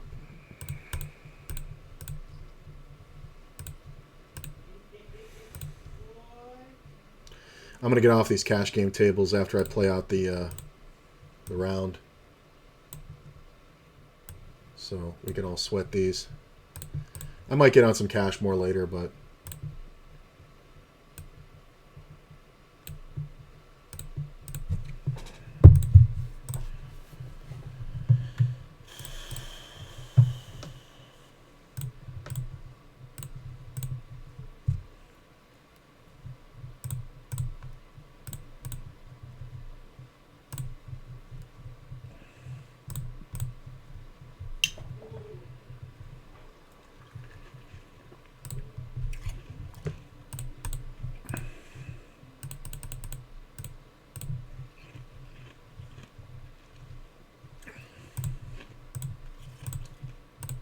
I mean, do we jam here? No, not when he opens. I was thinking about if it folds to the small blind. I mean, one double and I'm at a mill. So we're not in the worst shape. This is the payouts for this one. So the next pay jump is 36, right? There we go. I'm in 39th right now. How's that look? Yeah, it's okay.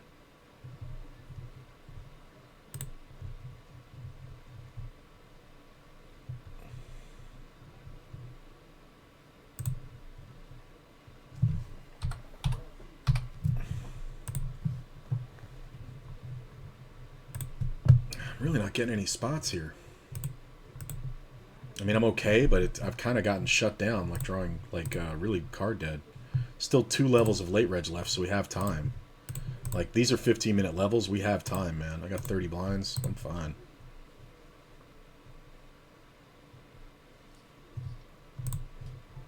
All right, if everybody folds to me.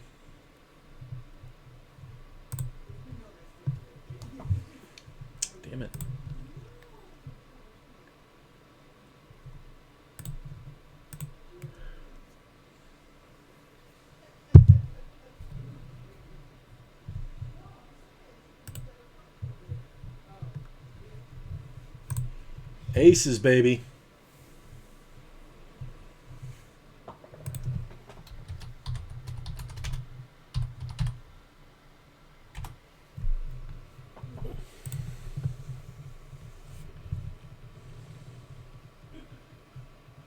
I mean, jamming looks weakest, I guess.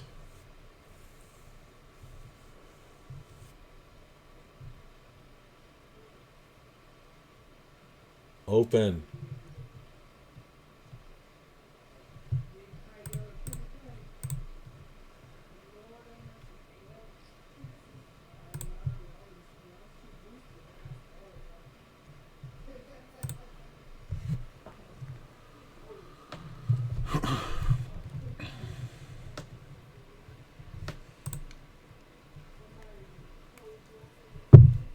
That one's out of batteries.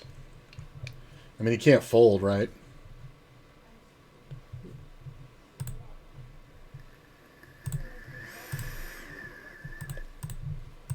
How do you fold? For 6 blinds? Really? Hold. He's trying to slow roll, but I have aces. Hold. Nice. Good slow roll, Bo. 1.1 million. Like he's ever folding there. Yeah. Sometimes we get called by King Queen here. If we get raised, it's crap.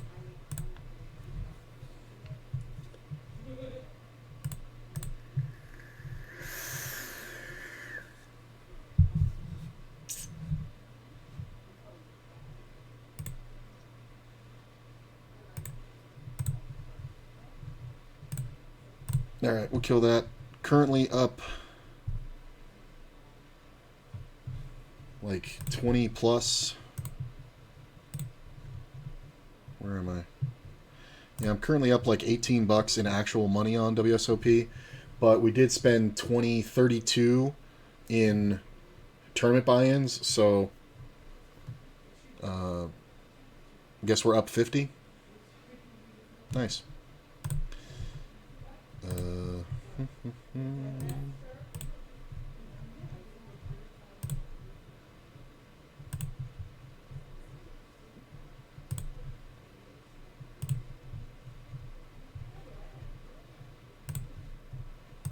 Yeah, I think we'll get off that.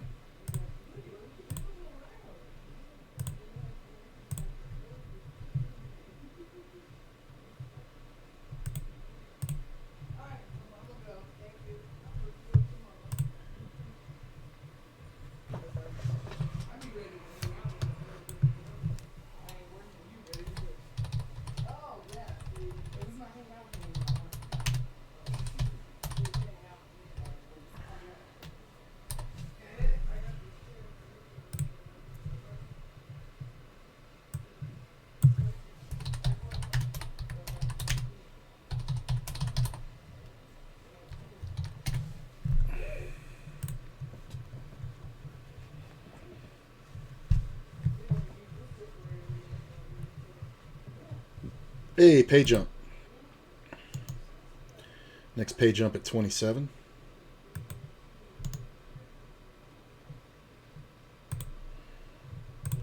I'm currently 23rd. Ooh, that's a big blind jump.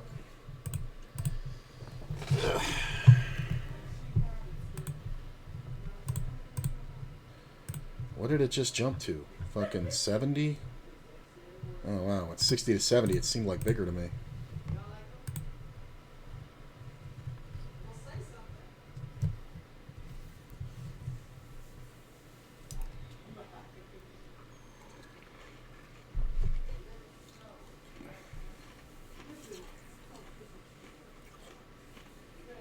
It never feels like you're 86% on the turn here. It's so brutal.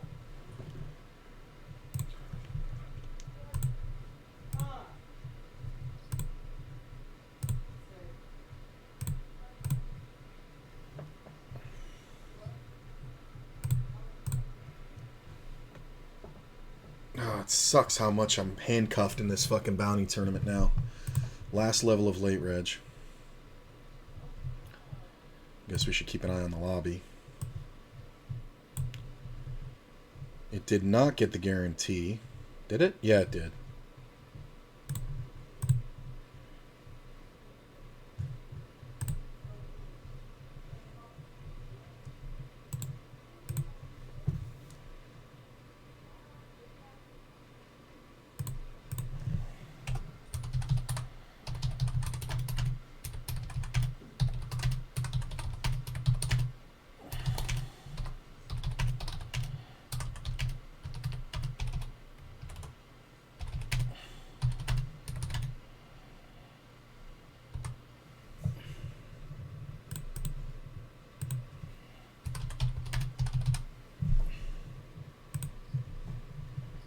Look at this. Look at that. What a cooler. Wow. That's sick. Just jams 23 blinds with the ace queen. That's crazy, bro.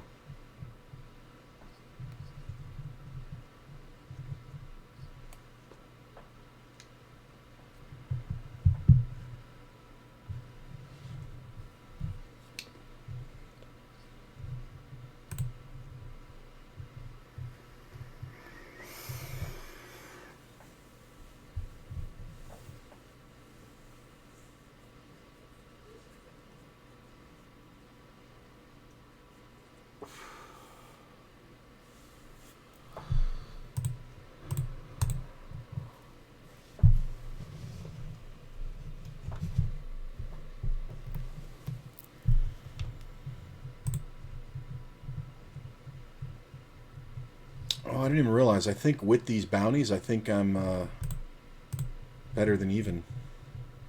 Where am I? 161st? Yeah, I got 18 over here, plus this is 36, 46, 56, 57. I got a 33 entry and a 1650, 39, 49, 50. Profitable. Already profitable. This one's paying top 81, it looks like. I mean, I guess it's possible it could go up to the next level. Ooh, it can. If it gets to 730, it'll go down paying 99. I think. It'll pay 90 at 730. Only needs 7 more players, and people are still entering, so fuck it. 12 minutes left in this level? Yeah, we'll get there. It's going to go up to 10K in a minute. I just have not had anything to do over here.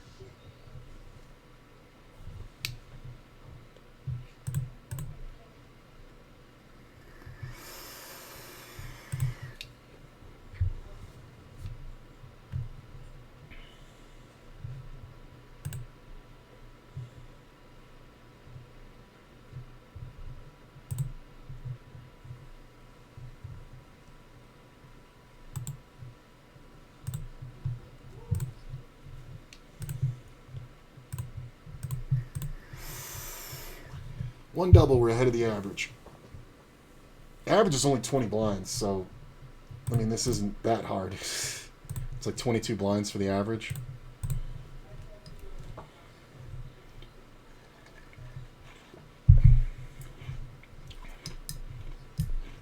He just calls. Put him in. Look at the 5. Nice. Alright. Maybe we can get it in with kings here. I do have a pretty good sized bounty, so one of these big stacks might decide to fucking pound on us.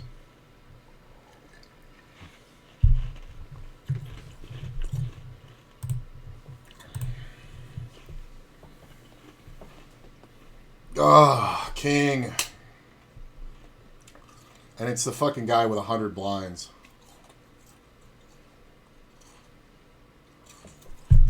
Guy with 100 fucking blinds.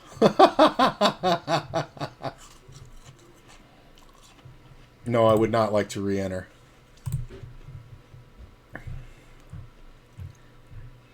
Last level of late reg. kings versus aces. I made 1875 on that one. Well, it all comes down to this. That's funny. Kings versus aces. Do we take... I was going to say, do we take the call here and then go for the stop and go? I even got coolered out in the fucking WSOP one. Flop the flush. Guy hits a fucking 25%er on me. How do you fold? Ace deuce. Look at that 7. Put the 6 out there. I would have lost. I would have called, done the stop and go. He would have called me with the gut shot and hit the ace.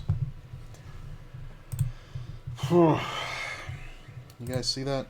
Yeah, you can. I need folds.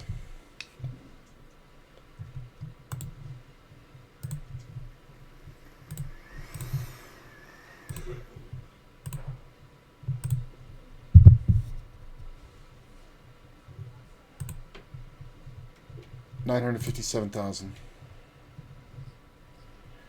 Preserving my chips.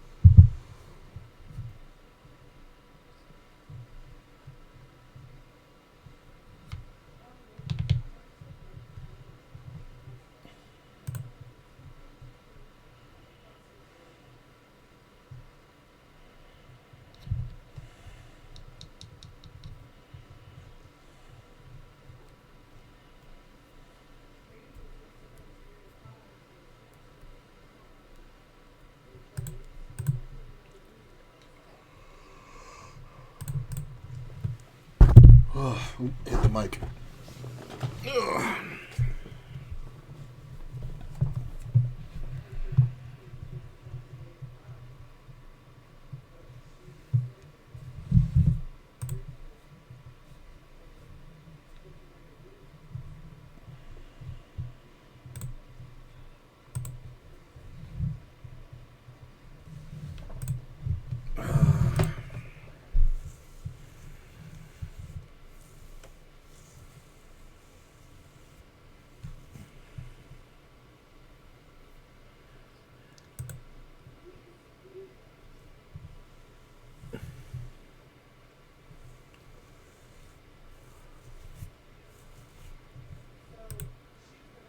Go up to 100K.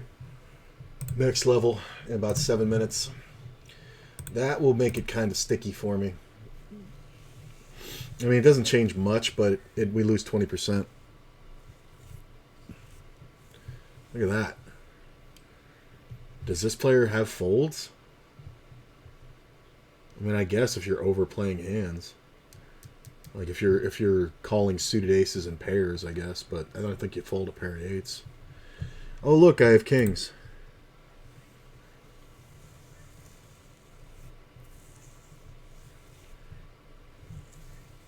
Come on. Come on. I mean, that's a pretty good flop.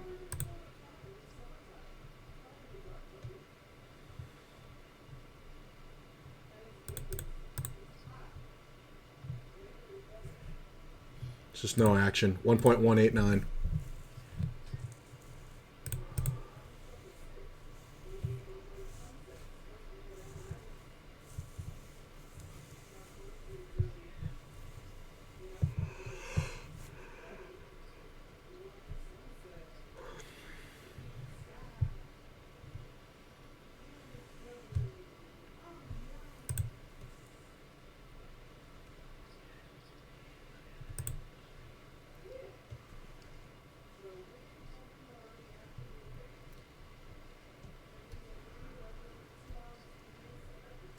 I mean, we're obviously going to call here and go for the stop and go. Hopefully these guys don't jam.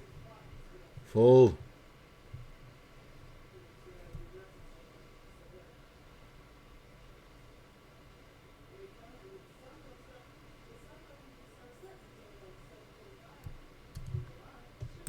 Pair. Fuck. That can't be a diamond. This can't be a 6. Well, I need the ace to be a 6. The ace is the worst card. Ah. It's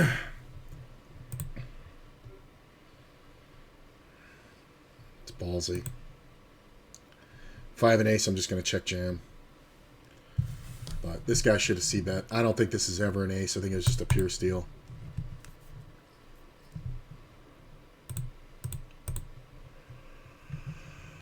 $960K. Just under a mil. One double. We're over the average. 29 players left. I have to get a soda on this break. I'm a little tired.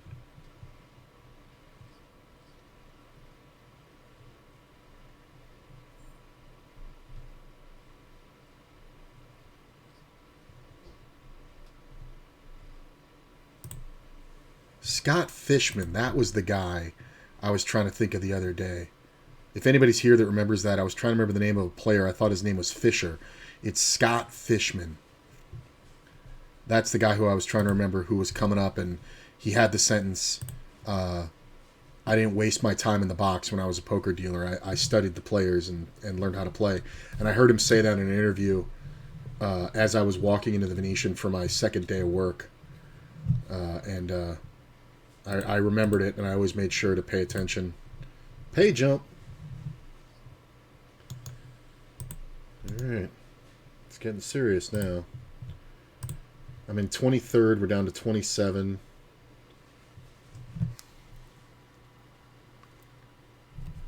What time is it? Like 5?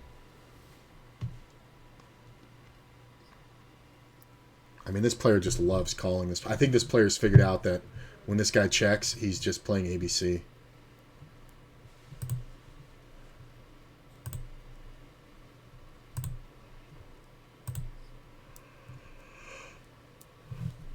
Such a good board to bet.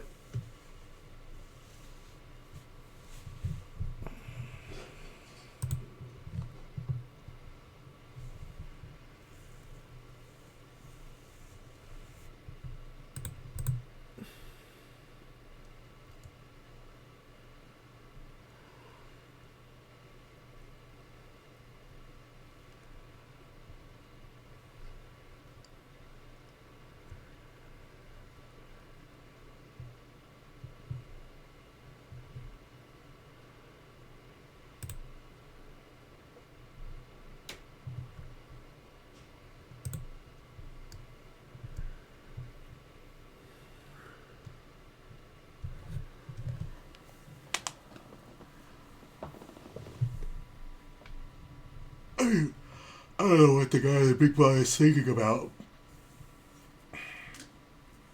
Small blind fucking calls the end of the gun jam. Unbelievable.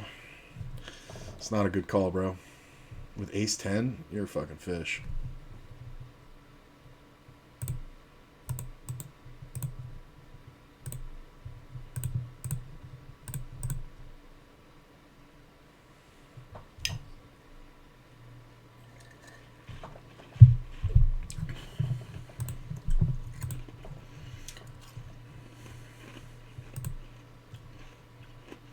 I kind of want nobody to get eliminated from our table so we can keep 7 until we go down to 27 players or 24 players and then be back at 8.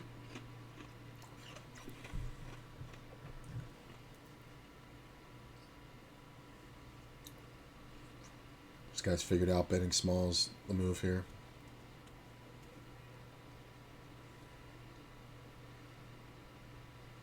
And I think if you have a pair of 10s, you got a jam here.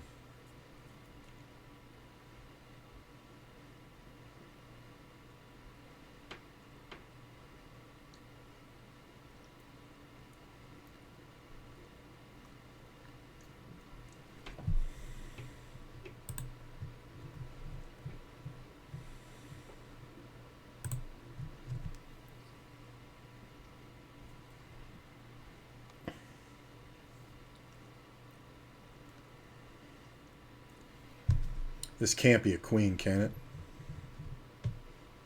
it? It's got to be like 10s.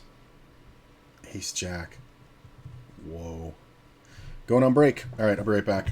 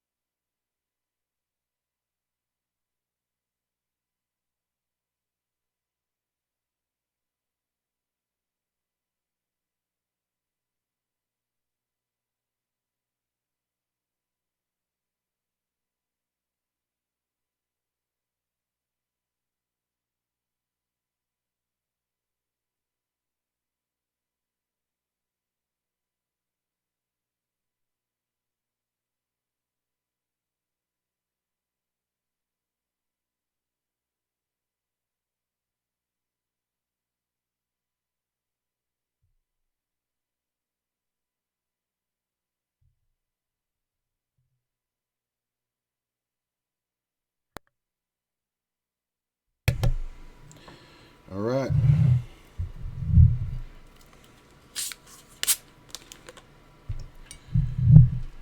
Looking good. So we're 24th out of 25, but from 20th on down, we're all pretty close. Like, I'm at 900K. Even 18th place is only 1.4, so nobody's got a ton to the next blind level. One double up, we make it to the next payout jump.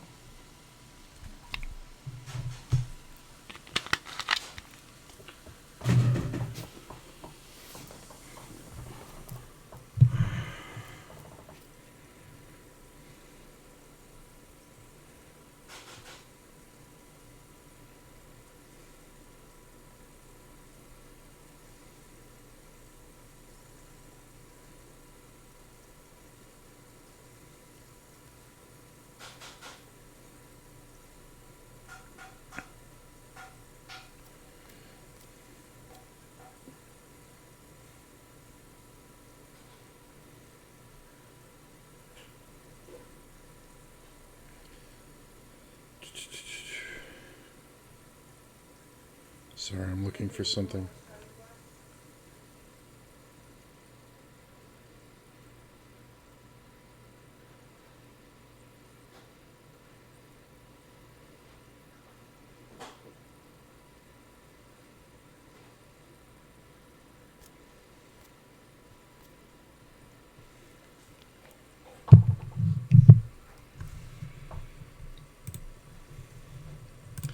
Got to send an email real quick. For some reason, I got a package in the mail from Poker Coaching. I didn't order it.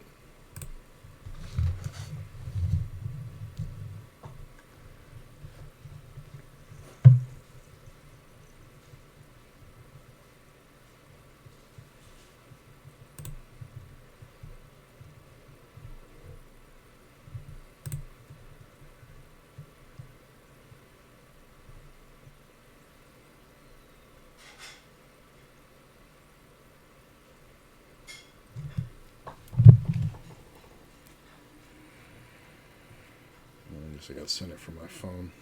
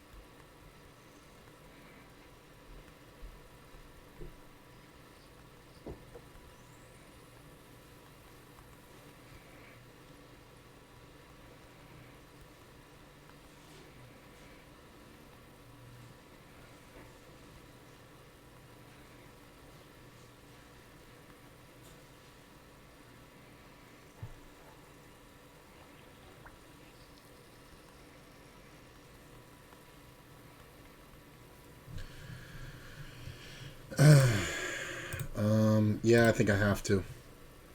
Come on. Reward me for my intelligence. Come on. Queen 10 Jack. Come on. Do it. Fuck. It's just so weak when he jams any ace. It's so brutal. I couldn't have won that one with ace king. But I think it's fine. Yeah. I like the call. I absolutely like the call. So we go out 24th place. We end up with $45 from that. Let me see. So I'm up like 50 on WSOP. And I mean a 60-40. And I'm up like 15 on here. Those were bigger buy-ins.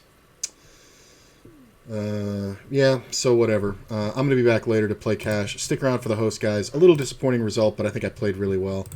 The Queen 10, I think, is an absolute mandatory call-off with 8 blinds.